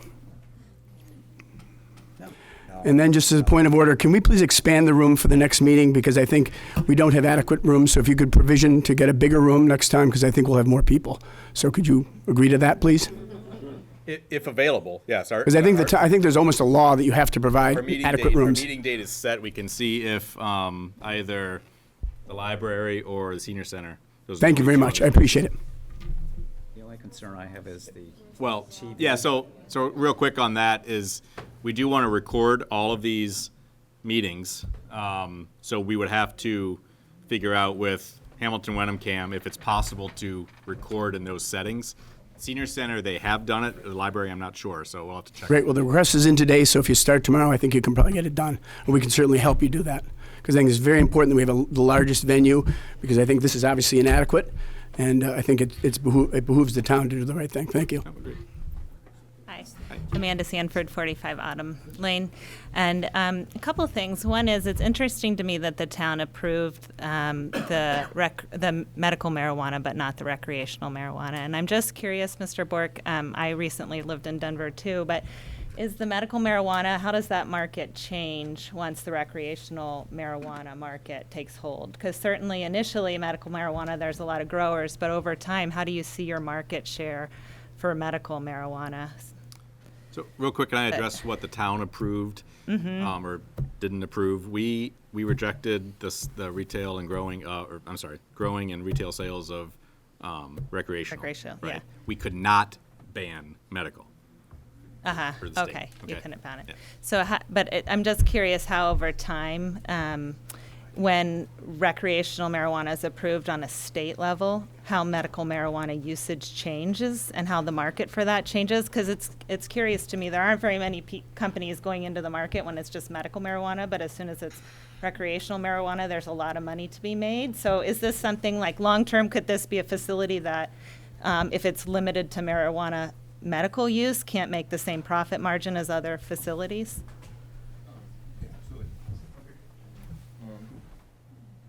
So I think the main increase in demand for recreational is just because of a larger market segment, i.e. there's less people in the world that have medical problems that need to be addressed by marijuana than just people in the world.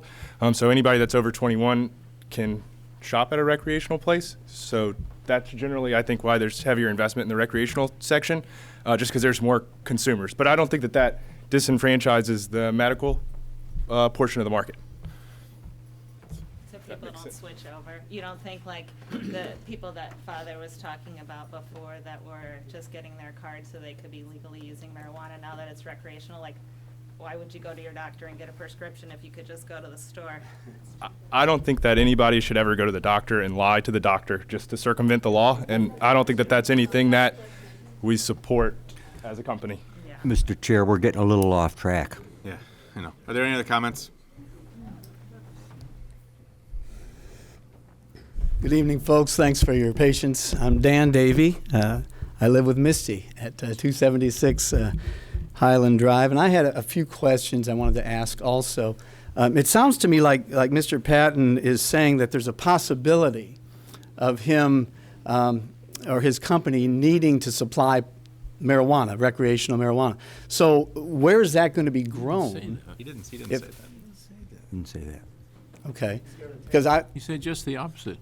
Okay. I was under the impression, okay, it's going to be medical marijuana. That's But right. but in Southbridge, there was somebody who was saying, can you supply recreational? And that somebody just addressed you Okay. and said the circumstances in which he made that statement was in a changing market, but he didn't say that anything coming from Hamilton would go into the recreational as you said, market. that's never going to change. Yeah. Because I've heard kind of a close end. It sounds like, okay, we're going to have only 50 employees maximum.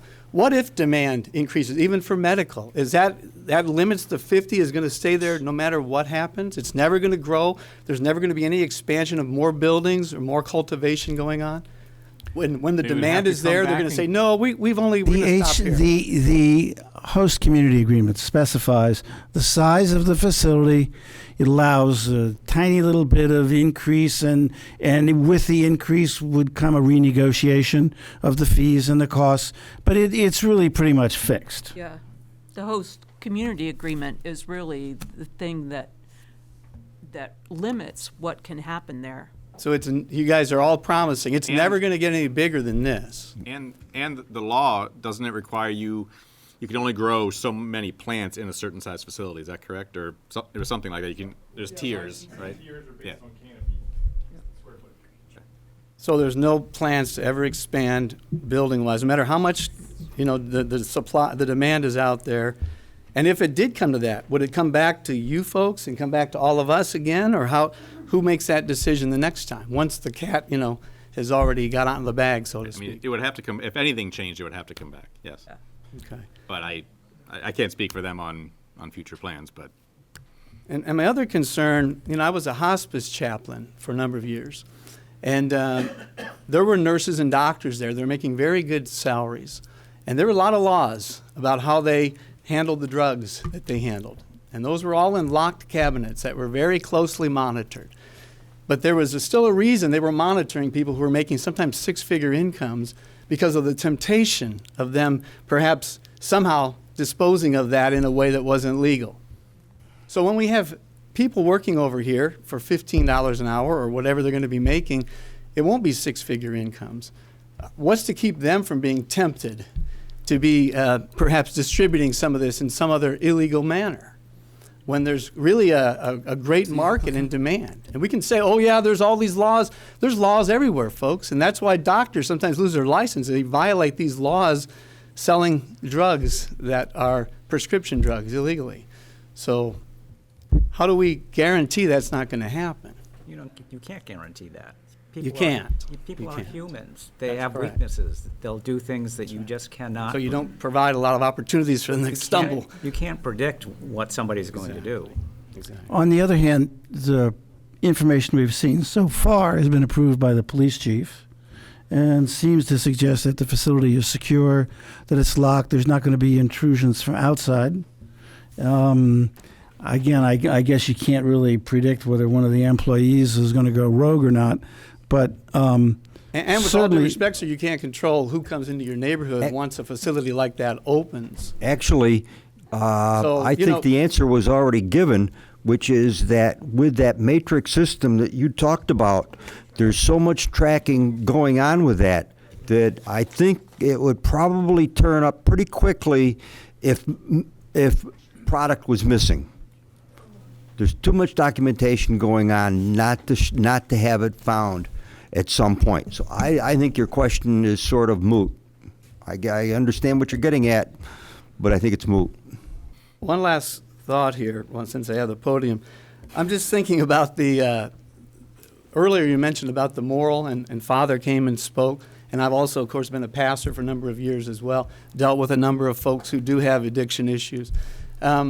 I know you're not the moral watchdogs of the community, but in a certain way, the planning and the zoning does have a moral responsibility. Just like you don't allow alcohol or stripper joints close to high schools. You know, there's a certain point that you say, no, we're not going to allow certain things to happen because it's not good for the community. And so that needs to be considered in the planning. It's not just about how much water and how much electricity you have, but it's about the people that live here and what's their quality of life and how is that affected. Well, and I is think- crime a part of that issue as well? So you're right. And adult establishments are regulated here, right? There's a very tiny piece of a parcel downtown that an establishment like that could even go. You actually have to allow it somewhere in your town, but there are regulations on how far from schools and so forth. But in terms of this, currently in our bylaw, it is allowed in all the zones in town. Now, that could change if someone wanted to bring a bylaw to town meeting and say, look, let's put it here, let's put it there, let's, have a special zone for it. That could happen. Okay. It hasn't yet.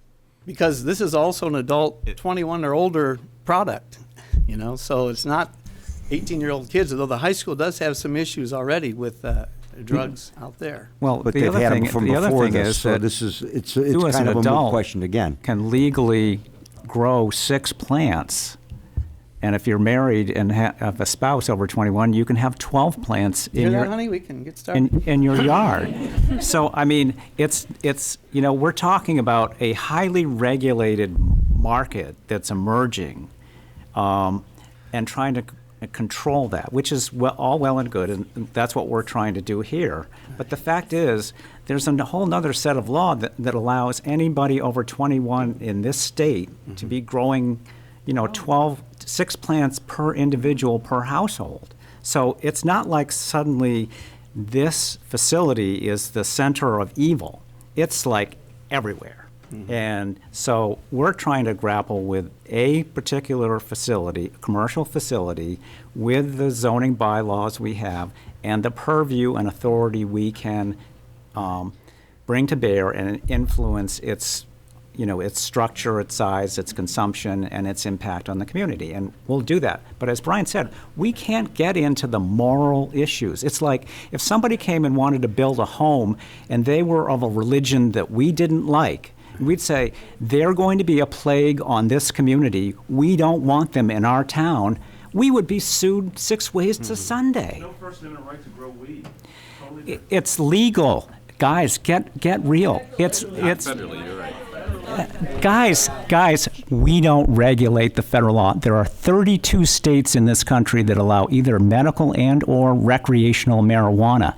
Whether you like it or not, it's a fact of life. So either we regulate it and do so intelligently, or we, try and deny reality and run around and scream all these things about how bad it is, and that's fine. Your belief system is your belief system. We can't adopt a belief system that excludes things that are allowed by law. I mean, it just doesn't work that way. So we have to grapple with the reality that is in front of us. And I appreciate that, Rick. And the last comment is that what we endorse as a community or what we tolerate, let's say, at this level, the next generation tends to advocate or really endorse. And so we are sending a message to our young people and to say, we're going to send a DARE officer out here to try to countermand everything that's being said. It seems pretty hypocritical to me. And I don't think it's going to be very effective when you're sending the message, it's okay, the adults say it's okay to do this in our town, but don't you do it. Approval of site plan review has nothing to do with our moral beliefs and so forth. So we can't handle what the disgruntled nature of this community is. Understand. We just, until the law gets changed and. But that's the important point. If the citizenry of this town feel that marijuana simply doesn't belong in this town for moral reasons, then it should inform the Board of Selectmen to revise, don't issue another HCA, revise the one you have. We shouldn't have gotten into this boat to begin with. Given we are in the boat, our hands are pretty much tied, okay? But the place And the place to express your moral views about this is essentially in town meeting. We're at the ballot box and say, look, we don't want any more of this. And in reality, the ship left the dock years ago. When I was in Vietnam and Saigon in 1968 and 69, all the kids, I was a little bit older, I was in the 20s, and I wasn't with these kids, but all the kids that were in the company that I was in, it was an ambulance company in Saigon, were smoking pot. And one time I mean, it was all over the place. So, you're talking about what this generation might be giving. Sorry, it was 2 generations back that we are now dealing with. So the ship is gone. Well, thank you for listening. So I appreciate what you guys are saying. I think we still have to take a stand for what's right, whatever generation that happens to be. So.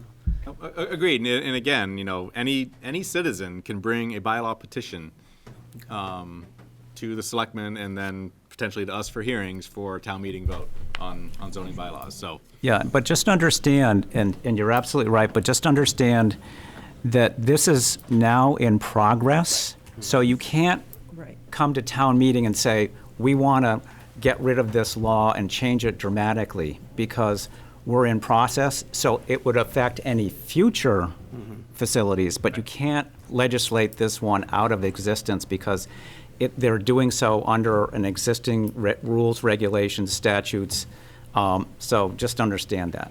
Right. And again, we can't completely ban medical. Right. We can zone it to certain zones, right, but we cannot ban it. We already ban retail. So, thank you. You'll be all glad to know it's the last thing I have to say today. You can regulate another conversation going on. Yeah, can we please have please? Just the person at the podium speaking? Oh, I'm sorry. You mentioned you could regulate it in certain zones. I think there are a lot of issues here that have been brought up. Let's talk about one of the biggest issues for me is location. We're next door to it. It does affect our property value. It completely changes the area. You got to, grant us that. And, we're here like you. We love the community. We love our families. We love our homes. And I don't want it changed. One more thing I want to say. Bob, you've said many times you want to be a good neighbor. Have you talked to your neighbors? To be held in high esteem by your neighbors, they have to hold you in high esteem. Have you talked to Michael and Janet Rogers? Have you talked to the Fentons recently since your plans have in Patton Ridge? Have you talked to Paul Grandpré? Have you talked to Mary Martha Llewellyn and see how they feel? Most of them are here tonight. And I think you might get a wake-up call, whether they think you're a good neighbor. That's the last thing I have to say.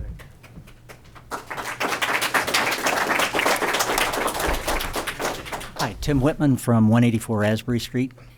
I kind of hate to bring this up because it brings us back to what you say you actually do, but talking about water, it seems as though with 1 million or 500,000 gallons per year or whatever, it sounds like that's a lot of houses. If we have a water ban and I have to let all the grass die and all the plants die and I can't wash the car and a number of other things, if I have to cut back my water supply usage, their demand going to be fixed at this 500,000 or 1 million gallons? Or do they have to cut back, a proportional amount? And if so, are they still financially viable? So I think you bring up an excellent point, and that goes to conditioning this, right? So hypothetically, we could say all this water has to be monitored, use has to be monitored over the every day, every year, right? Mm-hmm. We would have that information. Obviously, the town would have that information too. So that can be looked at and tracked every 6 months, every whatever it is, right? That could be a condition of the project, and I guess potentially you could say it's capped. Right. Well, if there was a water ban, they had to proportionally reduce their water usage like everybody else. Right. But that's a condition that we can write into our site plan review. And also, And like we said, in the summertime, they've already addressed this, but if there is a drought condition, they can bring water in from a non-Ipswich River watershed area. Yeah, they're going to truck in a million gallons of water. Truck it in. No. Anyway. Well, no, they have 30 to 40,000 gallons of storage available And that'll for last such a them thing. a day, a couple of days, a week. Yeah, it's just if I'm going to cut back 50%, it seems like they should cut back 50%. That's a new demand.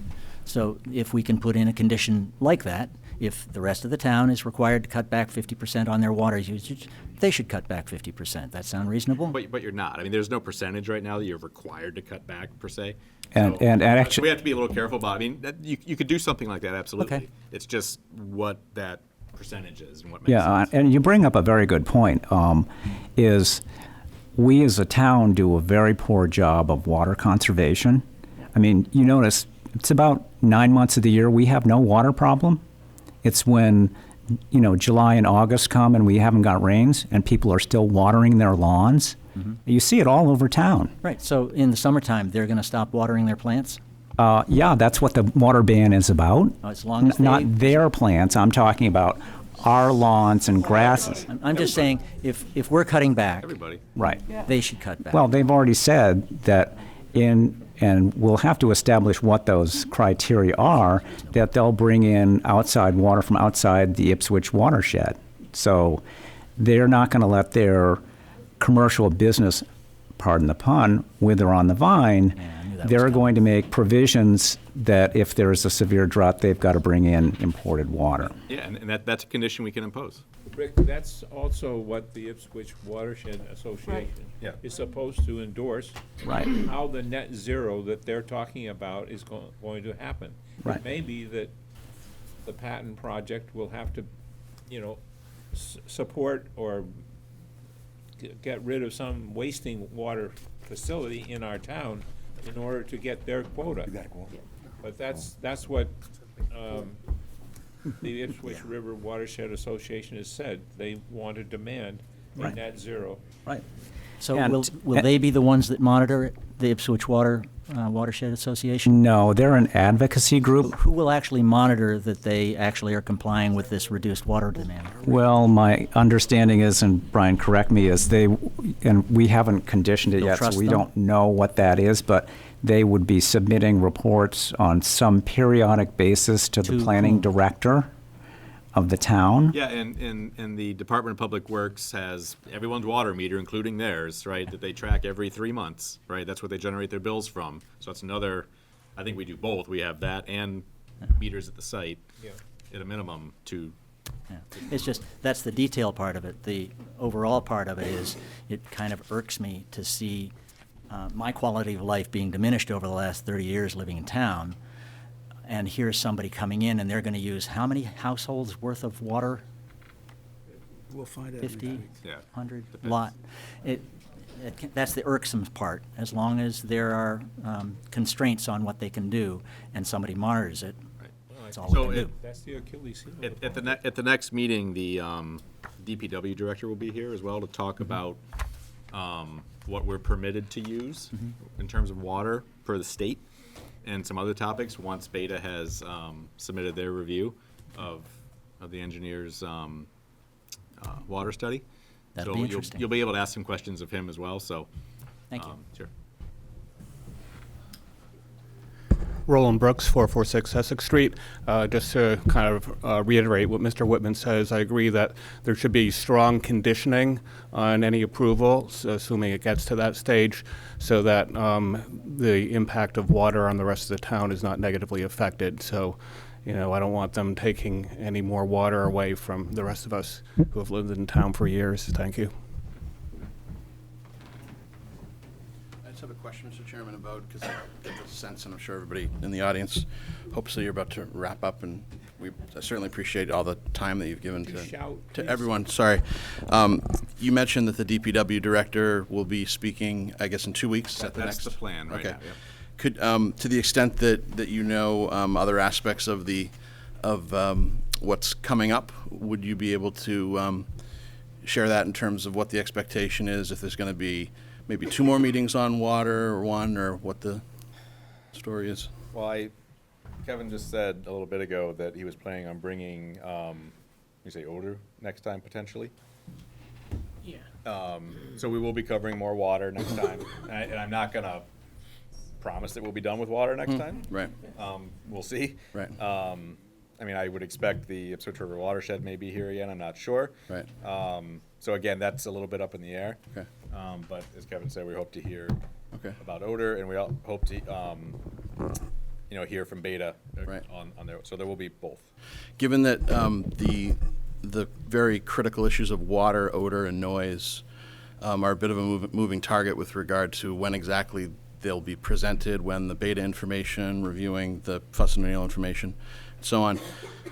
Could I get a commitment from the board that the consultants' reports that we will be submitting on those subjects can be submitted to the board before the conclusion of the board's hearing, which I recognize is also a moving target, but is likely to be 3, 4, or 5 probably hearing sessions from now, as opposed to some kind of a straw vote only after Fuss and O'Neill and Beta have presented some subject like water next week, if I, on behalf of the abutters, hasn't had the opportunity to put in subject matter, because I'm at a bit of a disadvantage because I don't know when I'm going to have information to critique on those subjects. So I would ask that the board make that commitment, that we be able to provide information on those subjects for the board's consideration before it take any straw votes on those subjects. Anybody have an issue with that? No. I don't. Fine. It's okay. I appreciate that. Thank you very much.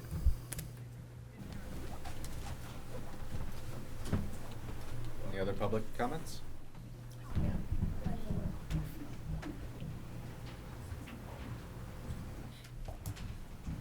I just wanted to ask you guys, are you familiar with the, how do you say it, the opioid problem, the drug problem? Opioid? Yeah. The pharmaceutical companies, I happen to work with them, I sell to them, and they're not too, shall I say, afraid of the federal government. And my understanding is there were 4 drug companies that got their hands slapped, because you all are saying they're going to be regulated and this cannot go awry.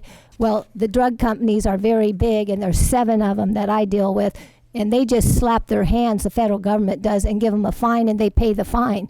So, and then the second thing I wanted to make you aware of, because I don't think this gentleman is aware that lobbyists are real big. I also have a career in Washington, D.C., and lobbyists are really big, and drug companies are known to have lobbyists petition, so the regs, if you will, that you guys are quoting don't necessarily hold true. So just because they're going to be checked by this system, this metric system, doesn't mean it will hold true, that it will be hard and fast. And I just want to make you aware of that. So don't depend on the regulations in the federal government. It could change in 3 months. Thank you. Anything else? No.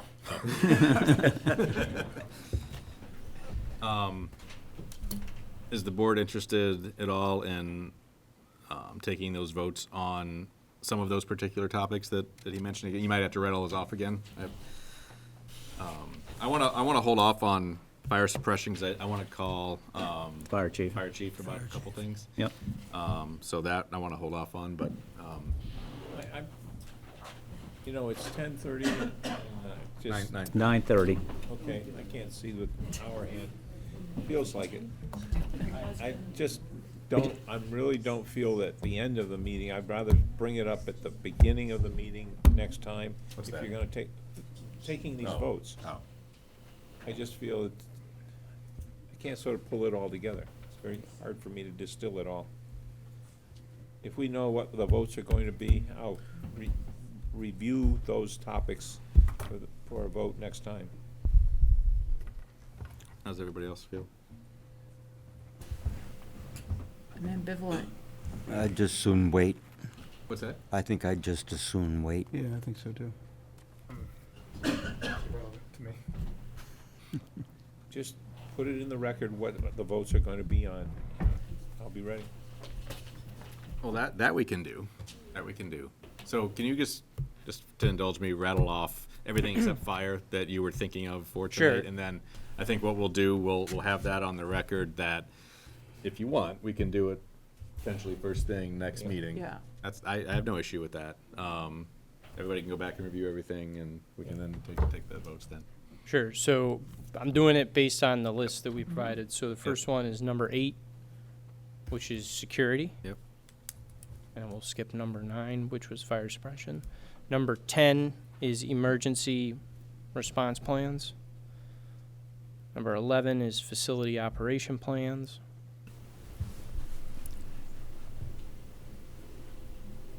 Number 12 is vegetative buffers. Number 14 is the integration of the building in the site and historic landscape. 16 is delivery schedules. 17 is waste management. 18 is construction impacts. And number 19 was chemical storage and use. We had waste management. Yep, so we presented that at the last hearing. Yeah, and I read the reports on it. Yep. So, I don't remember the delivery plan. What is that? so deliveries to the site, there's shipments and deliveries. Oh. It was in our traffic report at the very beginning. All right, that, I thought you meant delivery of product. There is no really delivery of product. Yeah, that's going the wrong way. Which is 1 to 2. That's what I wanted to know what I was gonna Yeah. vote on. And then in addition to that, so those are the issues that we feel as of like today, we've provided all the information, and unless the board has any other requests. By the next meeting, we're also hoping for number 2, which is the project plans. Number 5, which is surface and groundwater quality. Number 6, which is drainage. Number 7 is also site plans. And number 15 was lighting. And I would say just because I know obviously from what we've heard tonight, we understand that water needs some more discussion. When we're talking from the applicant's standpoint, we're talking about surface and groundwater quality and the drainage conditions. We would look at that as our stormwater management report. If we need to come back to groundwater or anything like that as part of the water impact, we can. But again, from a engineering stormwater standpoint, we feel that we've provided, once we give supplemental information to Beta, we feel that we will have addressed all those issues. Okay? Great, Thank you, Mr. Chairman.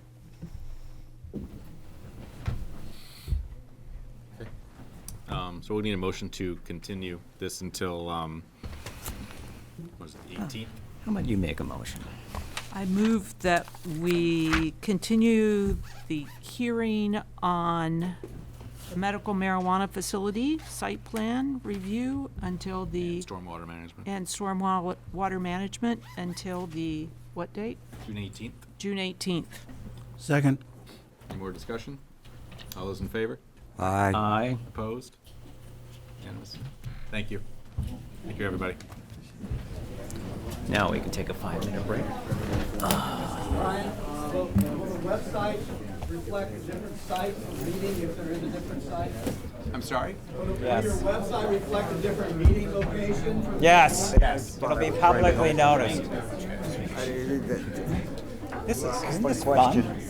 I thought it made sense. It didn't. I will.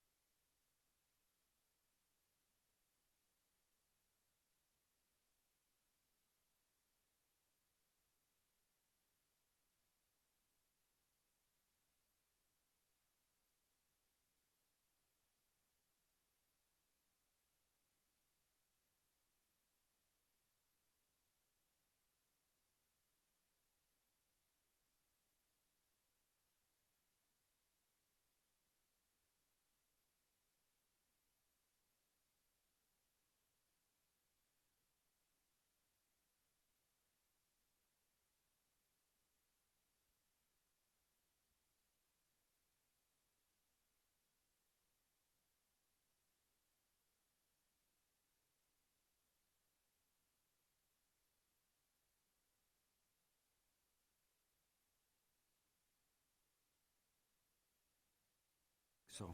All right. Okay. Yeah, well, yeah, Let's absolutely. back up. So we've, just a couple more things. A real quick update on master planning. I think we had a call before the last meeting. So they're still working on the financial analysis, fiscal impact. Have a couple of sites for like duplex type, one site for the duplex units, and then another site that, you know, could support a bunch of townhomes, and then a renovation to a great estate, and, you know, condos in the great estate. So they're looking at those two things, plus what they had from before. So that's kind of where they're at.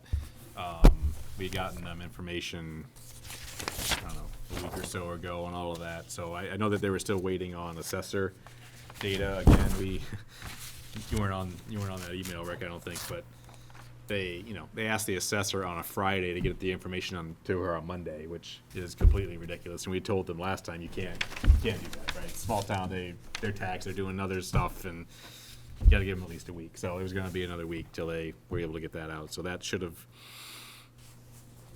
happened. Should happen sometime this week. So they'll have that information they can put together. So I don't know the exact deadline and how much that moved it, but it wasn't maybe a week out, another week or two out. So that's where we are there. So I think the only other thing. I have a question. Yep. Is it? This is a little bit off the topic, but what about the town hall opinion survey and so forth? I'm not sure. Did they have the meeting already? Because I read. They had essentially an all boards meeting. Yeah, that's what they said. Yeah. I wasn't able to go. I had another hearing to go to in a different town. There's an online survey. There's an online survey. I don't know if it's still going.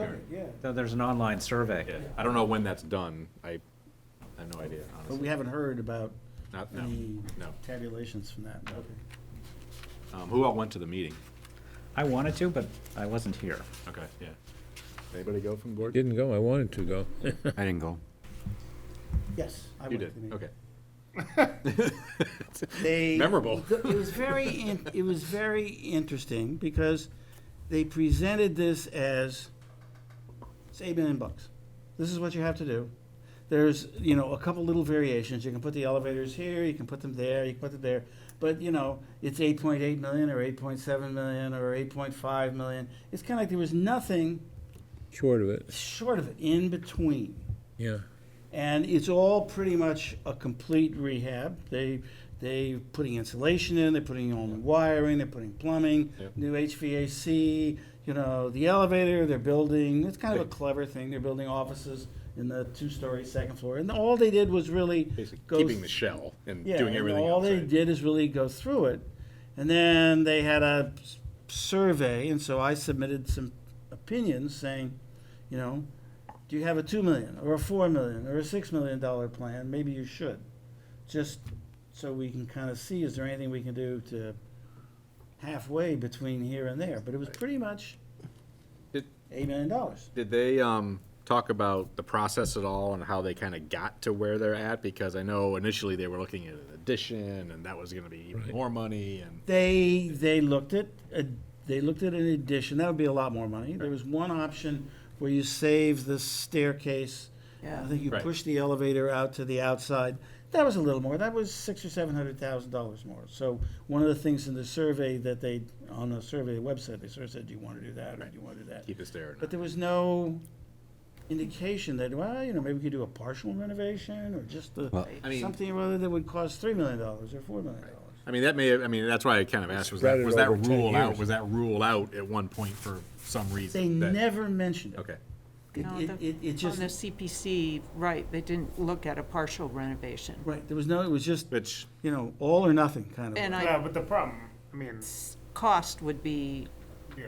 I think that it wouldn't be cost effective to do that. I think that's probably why they are where they are. Yeah. And they may not have said it, but I mean, just knowing the industry that, you try to do half this building and you end up getting into the whole thing eventually. They acknowledged what a lot of sort of engineers in the room were, $650 a square foot. My goodness, we could tear it down and build a That's exactly modern. But Not this anymore. But this is But, prevailing. the point is, it was a huge amount of money. Oh, yeah. This is prevailing wage, so you're paying double what it should cost. I think it's just, when you do renovations like this, it's a Oh, no, slow, I mean- laborious, No, Oh, there's that too. Oh, intensive there's that too. process. Yeah. It's not Well, built, it's not like building when an Wenham did theirs several years ago, wasn't it 6 million? And they did essentially the same kind of thing. I Smaller think building, too. It's a smaller building, and it was $6 million. That was years ago. That was right. Right, well, they had lots years of ago? comparables. Yeah. Where in the last 3 or 4 years, people have spent, on a per square foot basis, anywhere from $400 to Topsfield. $700. Right, Topsfield just did that beautiful renovation. Well, and I yeah. felt like they were recommending the more moderate of the options, You were there? too. We looked at it at the CPC meeting. Oh, okay. Yeah.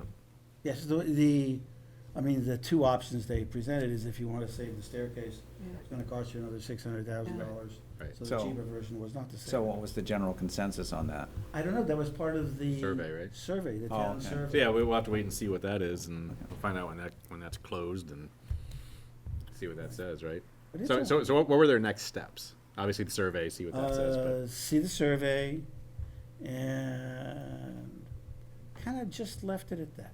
See the survey, and then the next step beyond that was to interview each of the workers and to talk about what their workspace needs. They'd already done some of that work, but it was kind of to refine Yep. the next step in refining the renovation. yeah, okay.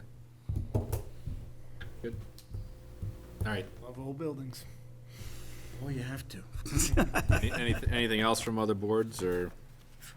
What are they gonna do with the offices that are here to have them work? Where are they gonna put those That was offices? they have to leave. They do. It's in- That was one of the things that happened in Wenham. We're gonna rent space. They have to. I guess. That's what Yeah. Essex did. Down in Yeah. Peabody somewhere. Some Well, industrial what building. Wenham did was they went into the administration building over there, the school district. Bucher. They rented the second floor, and they ran the town out of that.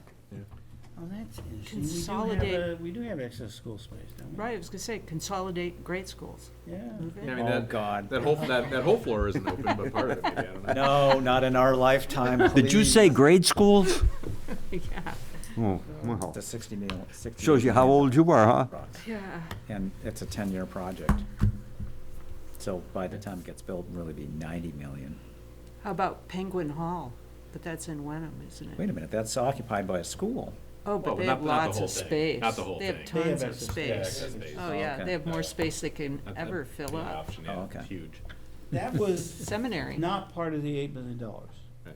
Any Any temporary rental rates and, for, temporary housing. Gordon Conwell. yeah, Yeah. right. Oh, maybe get a little quid pro quo there. For free. Aren't we For free. mixing religion and state then? Penguin Hall's a Catholic girls' school. Okay, anything else before we get to minutes? There's just one set from May 7th. Any comments? I move the minutes of May 7th. Second. Any discussion? Move to approve. Move to approve. All those in favor? Aye. Aye. Opposed? Unanimous? Okay. Entertain a motion to adjourn. Motion to adjourn. All those in favor? Aye. Before we go, I'd like to compliment Brian for running a really good meeting in Yeah, I front of a agree. very Ryan, it was. charged Managed audience. never to use the gavel. I very so wanted to. I almost did, but I didn't. But it was you. I told my wife I'm gonna have the gavel right next to me tonight. do have it. I do have it. Right Yeah, now. he's got it. It's hidden. He- So Well, you- I was impressed by your he review of refrained. all the statutes and opinions of the town council. Oh, yeah, I mean, it was very. So Brian, that was a great way to No, start. that was the plan going in because I knew it was going to be like this. I knew there were going to be a lot of people here, and I wanted to, kind of set what we had to do, what we could do, what we couldn't do. So are you gonna start trying to find an alternate location? Yes. Library would be best if we could get it. Oh, the venue, yeah. Yeah, I'll talk to Mary Ellen tomorrow, see if she can get the library.